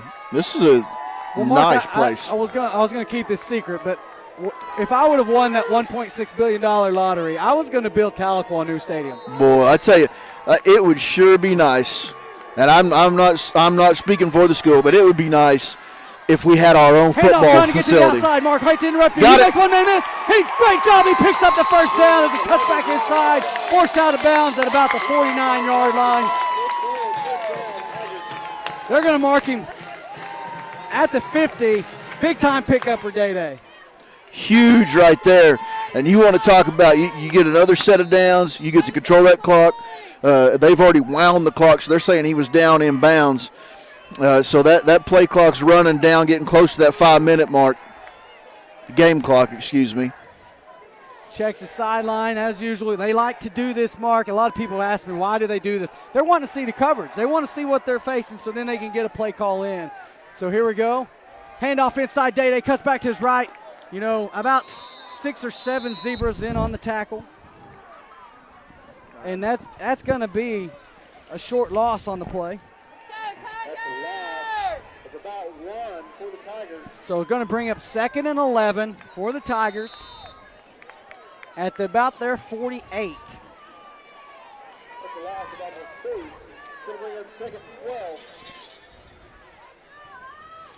And they're going to start letting that play clock run. Oh, sure. When they only have one timeout. And again, those timeouts early in the third are going to come back to haunt Claremore right here, right now, as they get to milk this clock. Back to pass. He's got Cole Goodnight. Cole Goodnight, once again, doing a great job. And that right there is a cheap shot by number 26. No call. 26 came in and hit Cole Goodnight in his head, and no call. The official patted him on the back, too. I'm not kidding. All right, so it's going to bring up 3rd and 4. Now, Mark, listen, I don't want to beat up on officiating, but you got to call things both ways, and that's a safety issue right there. That is for the safety of the players. 30-27 Edison. So there's a shootout going on right now. Edison up 30-27 over Ada. 3:30 to go here in Claremore. Motion, Kobe Baker. Fakes his jet sweep. Inside handoff to 20. That's Day Leathers trying to get to the edge.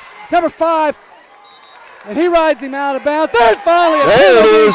that we've been looking for the whole game.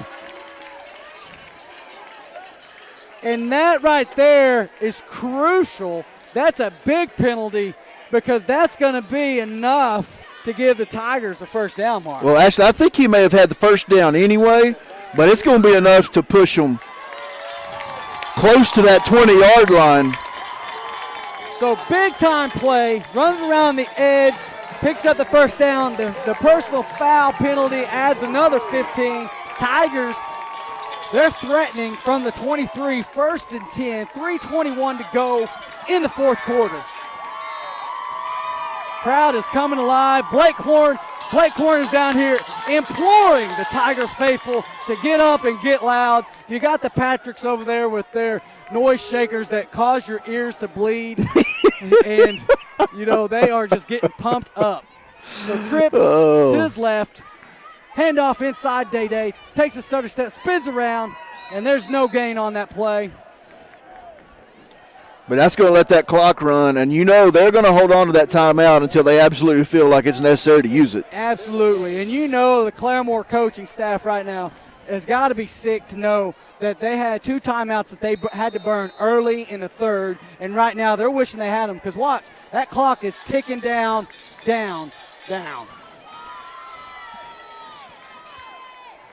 So play is coming in with 10 seconds to go on the play clock.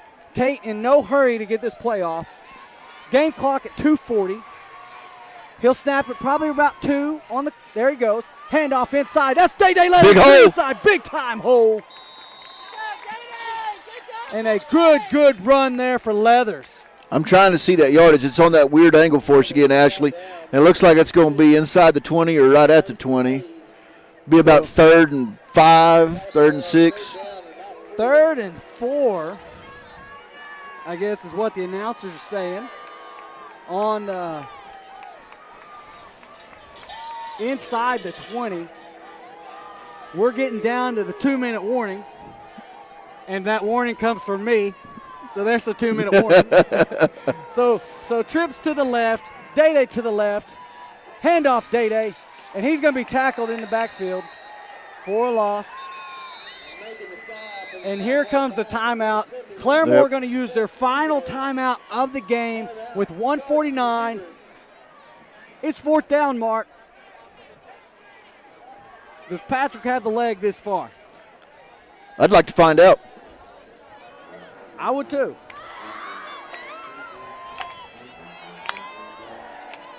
From this, it would be about a 31-yard field goal. So 4th and about 5, maybe 6.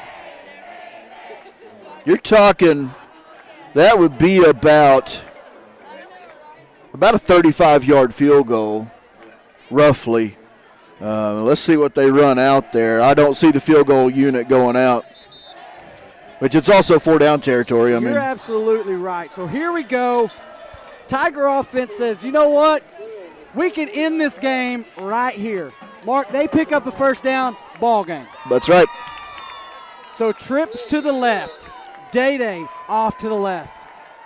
Low snap, ball's on the ground, and dadgummit, that's not how we wanted to run that play. Tate does a wise thing and just gets on it. Mark, the clock never started. It didn't. The clock never started, Mark. So how do you run a play? And it did. When we snapped the ball, it was 1:49, and there is still 1:49 left on the clock. So here we go. 1:49, trips to his right, shotgun formation. Claremore out of timeout, quick pass, little screen set up. Cole Goodnight trying to make a tackle. He's high. Forces him out of bounds at about the 45-yard line. That's Trey Patrick. They're going to mark him at about the 46-yard line. 7 seconds ran off the clock. It's going to be good enough for a Zebra 1st down. Remember, they have no more timeouts. No, absolutely. And again, no timeouts to go. 1st down, Claremore. 1:42 to go. Trips to his left. Again, look for him trying to get the ball in number 3's hands. That's their playmaker. They're trying to set up that double three. There's pressure. He's coming around to his right. Number 19, and he does a good job. That's Quesada. Quesada forces him out of bounds at about the 49-yard line.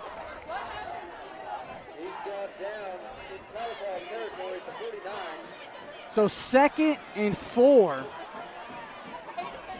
1:35. They're doing a good job getting out of bounds to stop the clock. They are. That's generally a sign of a well-coached team right there. They know the situation. So here we go. Trips to the left. Offset back to the right. Again, trying to get it to 3. They may do this pump and go again. So here we go. Inside. 3-man rush. He's going across the middle. Good defense there by Quayshawn Leathers. Quay read that all the way, Mark. He was going for the pick right there, actually. Had that ball not been low, Quayshawn picks that ball off. I agree. That's right. So 3rd down for the Zebras. Tigers dropping everyone in coverage, running basically rushing 3 men. So here we go, 1:30 to go. 21-10. Trips to the left, shotgun. Back to pass. Whistle, flag on the play. False start is the call against the Zebras.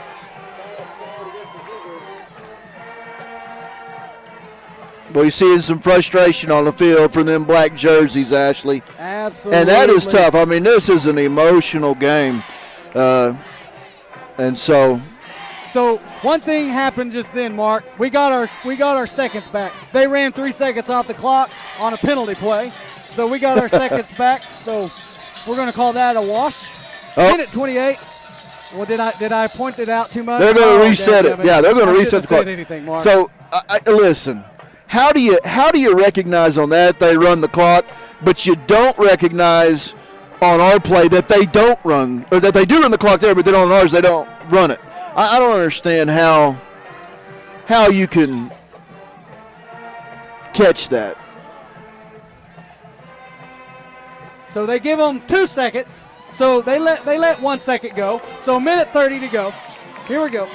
3rd and 10 for the Zebras. Good pressure by Grasshopper. Across the middle. Oh, nice catch. Nice catch at the 39-yard line. That's going to be good enough for a first down. Hey, number 20, that was a diving catch. That was a great catch. So they're in a hurry-up offense. The clock is stopped while they set the chains. There's the clock. It should be running now. 24. Twin formation, looking to get it to the bubble screen. He cuts back to the side. We fall down, miss a tackle. It's Colton Booth, misses a tackle. And finally, he's forced out of bounds by Quayshawn Leathers. 1, 2, 3 missed tackles on that play, Mark. So here we go. It's a minute 13 seconds.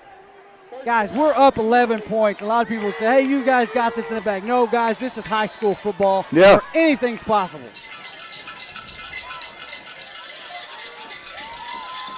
So 1st and 10 from the 26. Trips to his right. Tailback is to the left. Tiger showing man coverage.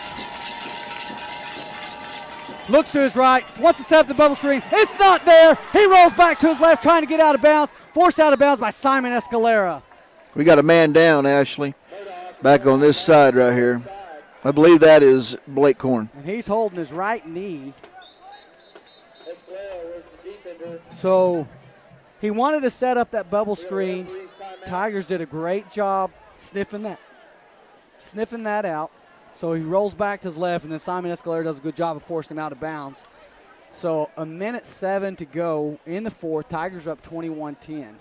And so we hope this is nothing serious for Blake as they're checking him out here with his knee.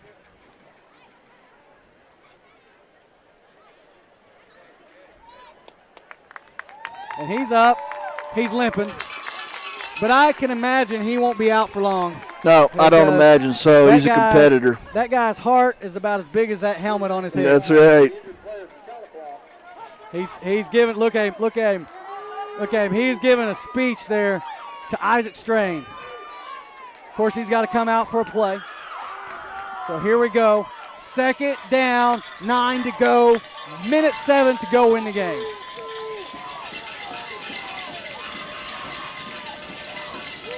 Back to pass, look across the middle, throws it deep. And he got him deep in the end zone. They're going to give it to him. Touchdown, Claremore. And they let him get behind him, Ashley. He beat the defender. If you notice, we had a busted coverage as they were trying to get Quay over early on, and he was late getting over, and that cost him as he got deep on the end zone. And a well-thrown ball. I would like to see the replay whether he got 1 foot down. He probably did, but, I'm a homer at this point, so I'm going to argue say he didn't. So, kick is up. Kick is good. Nell onside it. Here we go. A minute and 1 second to go. It's 21-17. Tigers up by 4. Claremore, no timeouts. Tahlequah, 1 timeout. So you have to expect the onside. Yes. Yeah.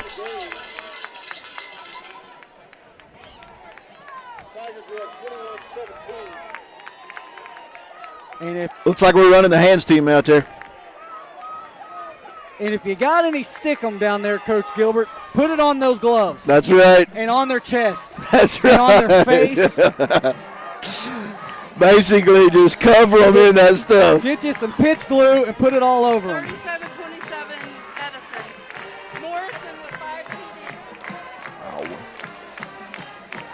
So score update, if you guys probably heard, but Edison's up 37-27. Their tailback is a stud. He's a junior. He has 5 touchdowns in that ball game. So here we go. One of the most important plays of the whole game right here. Mark, can you get any more guys up there? Trey Patrick runs off the field.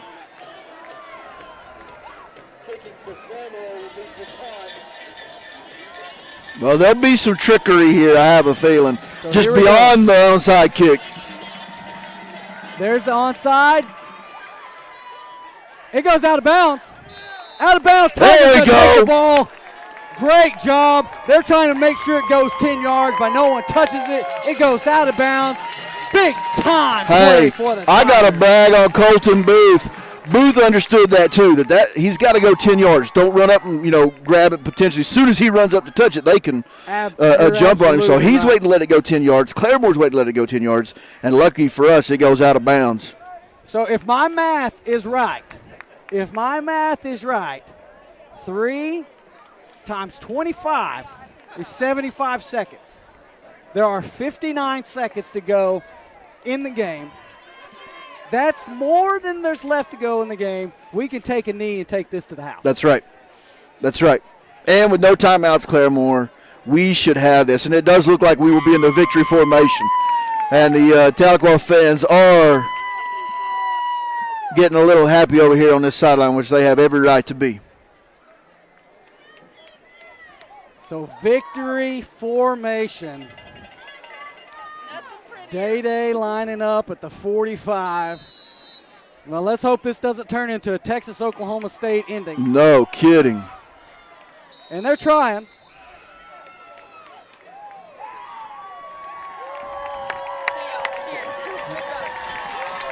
That clock's beginning to run.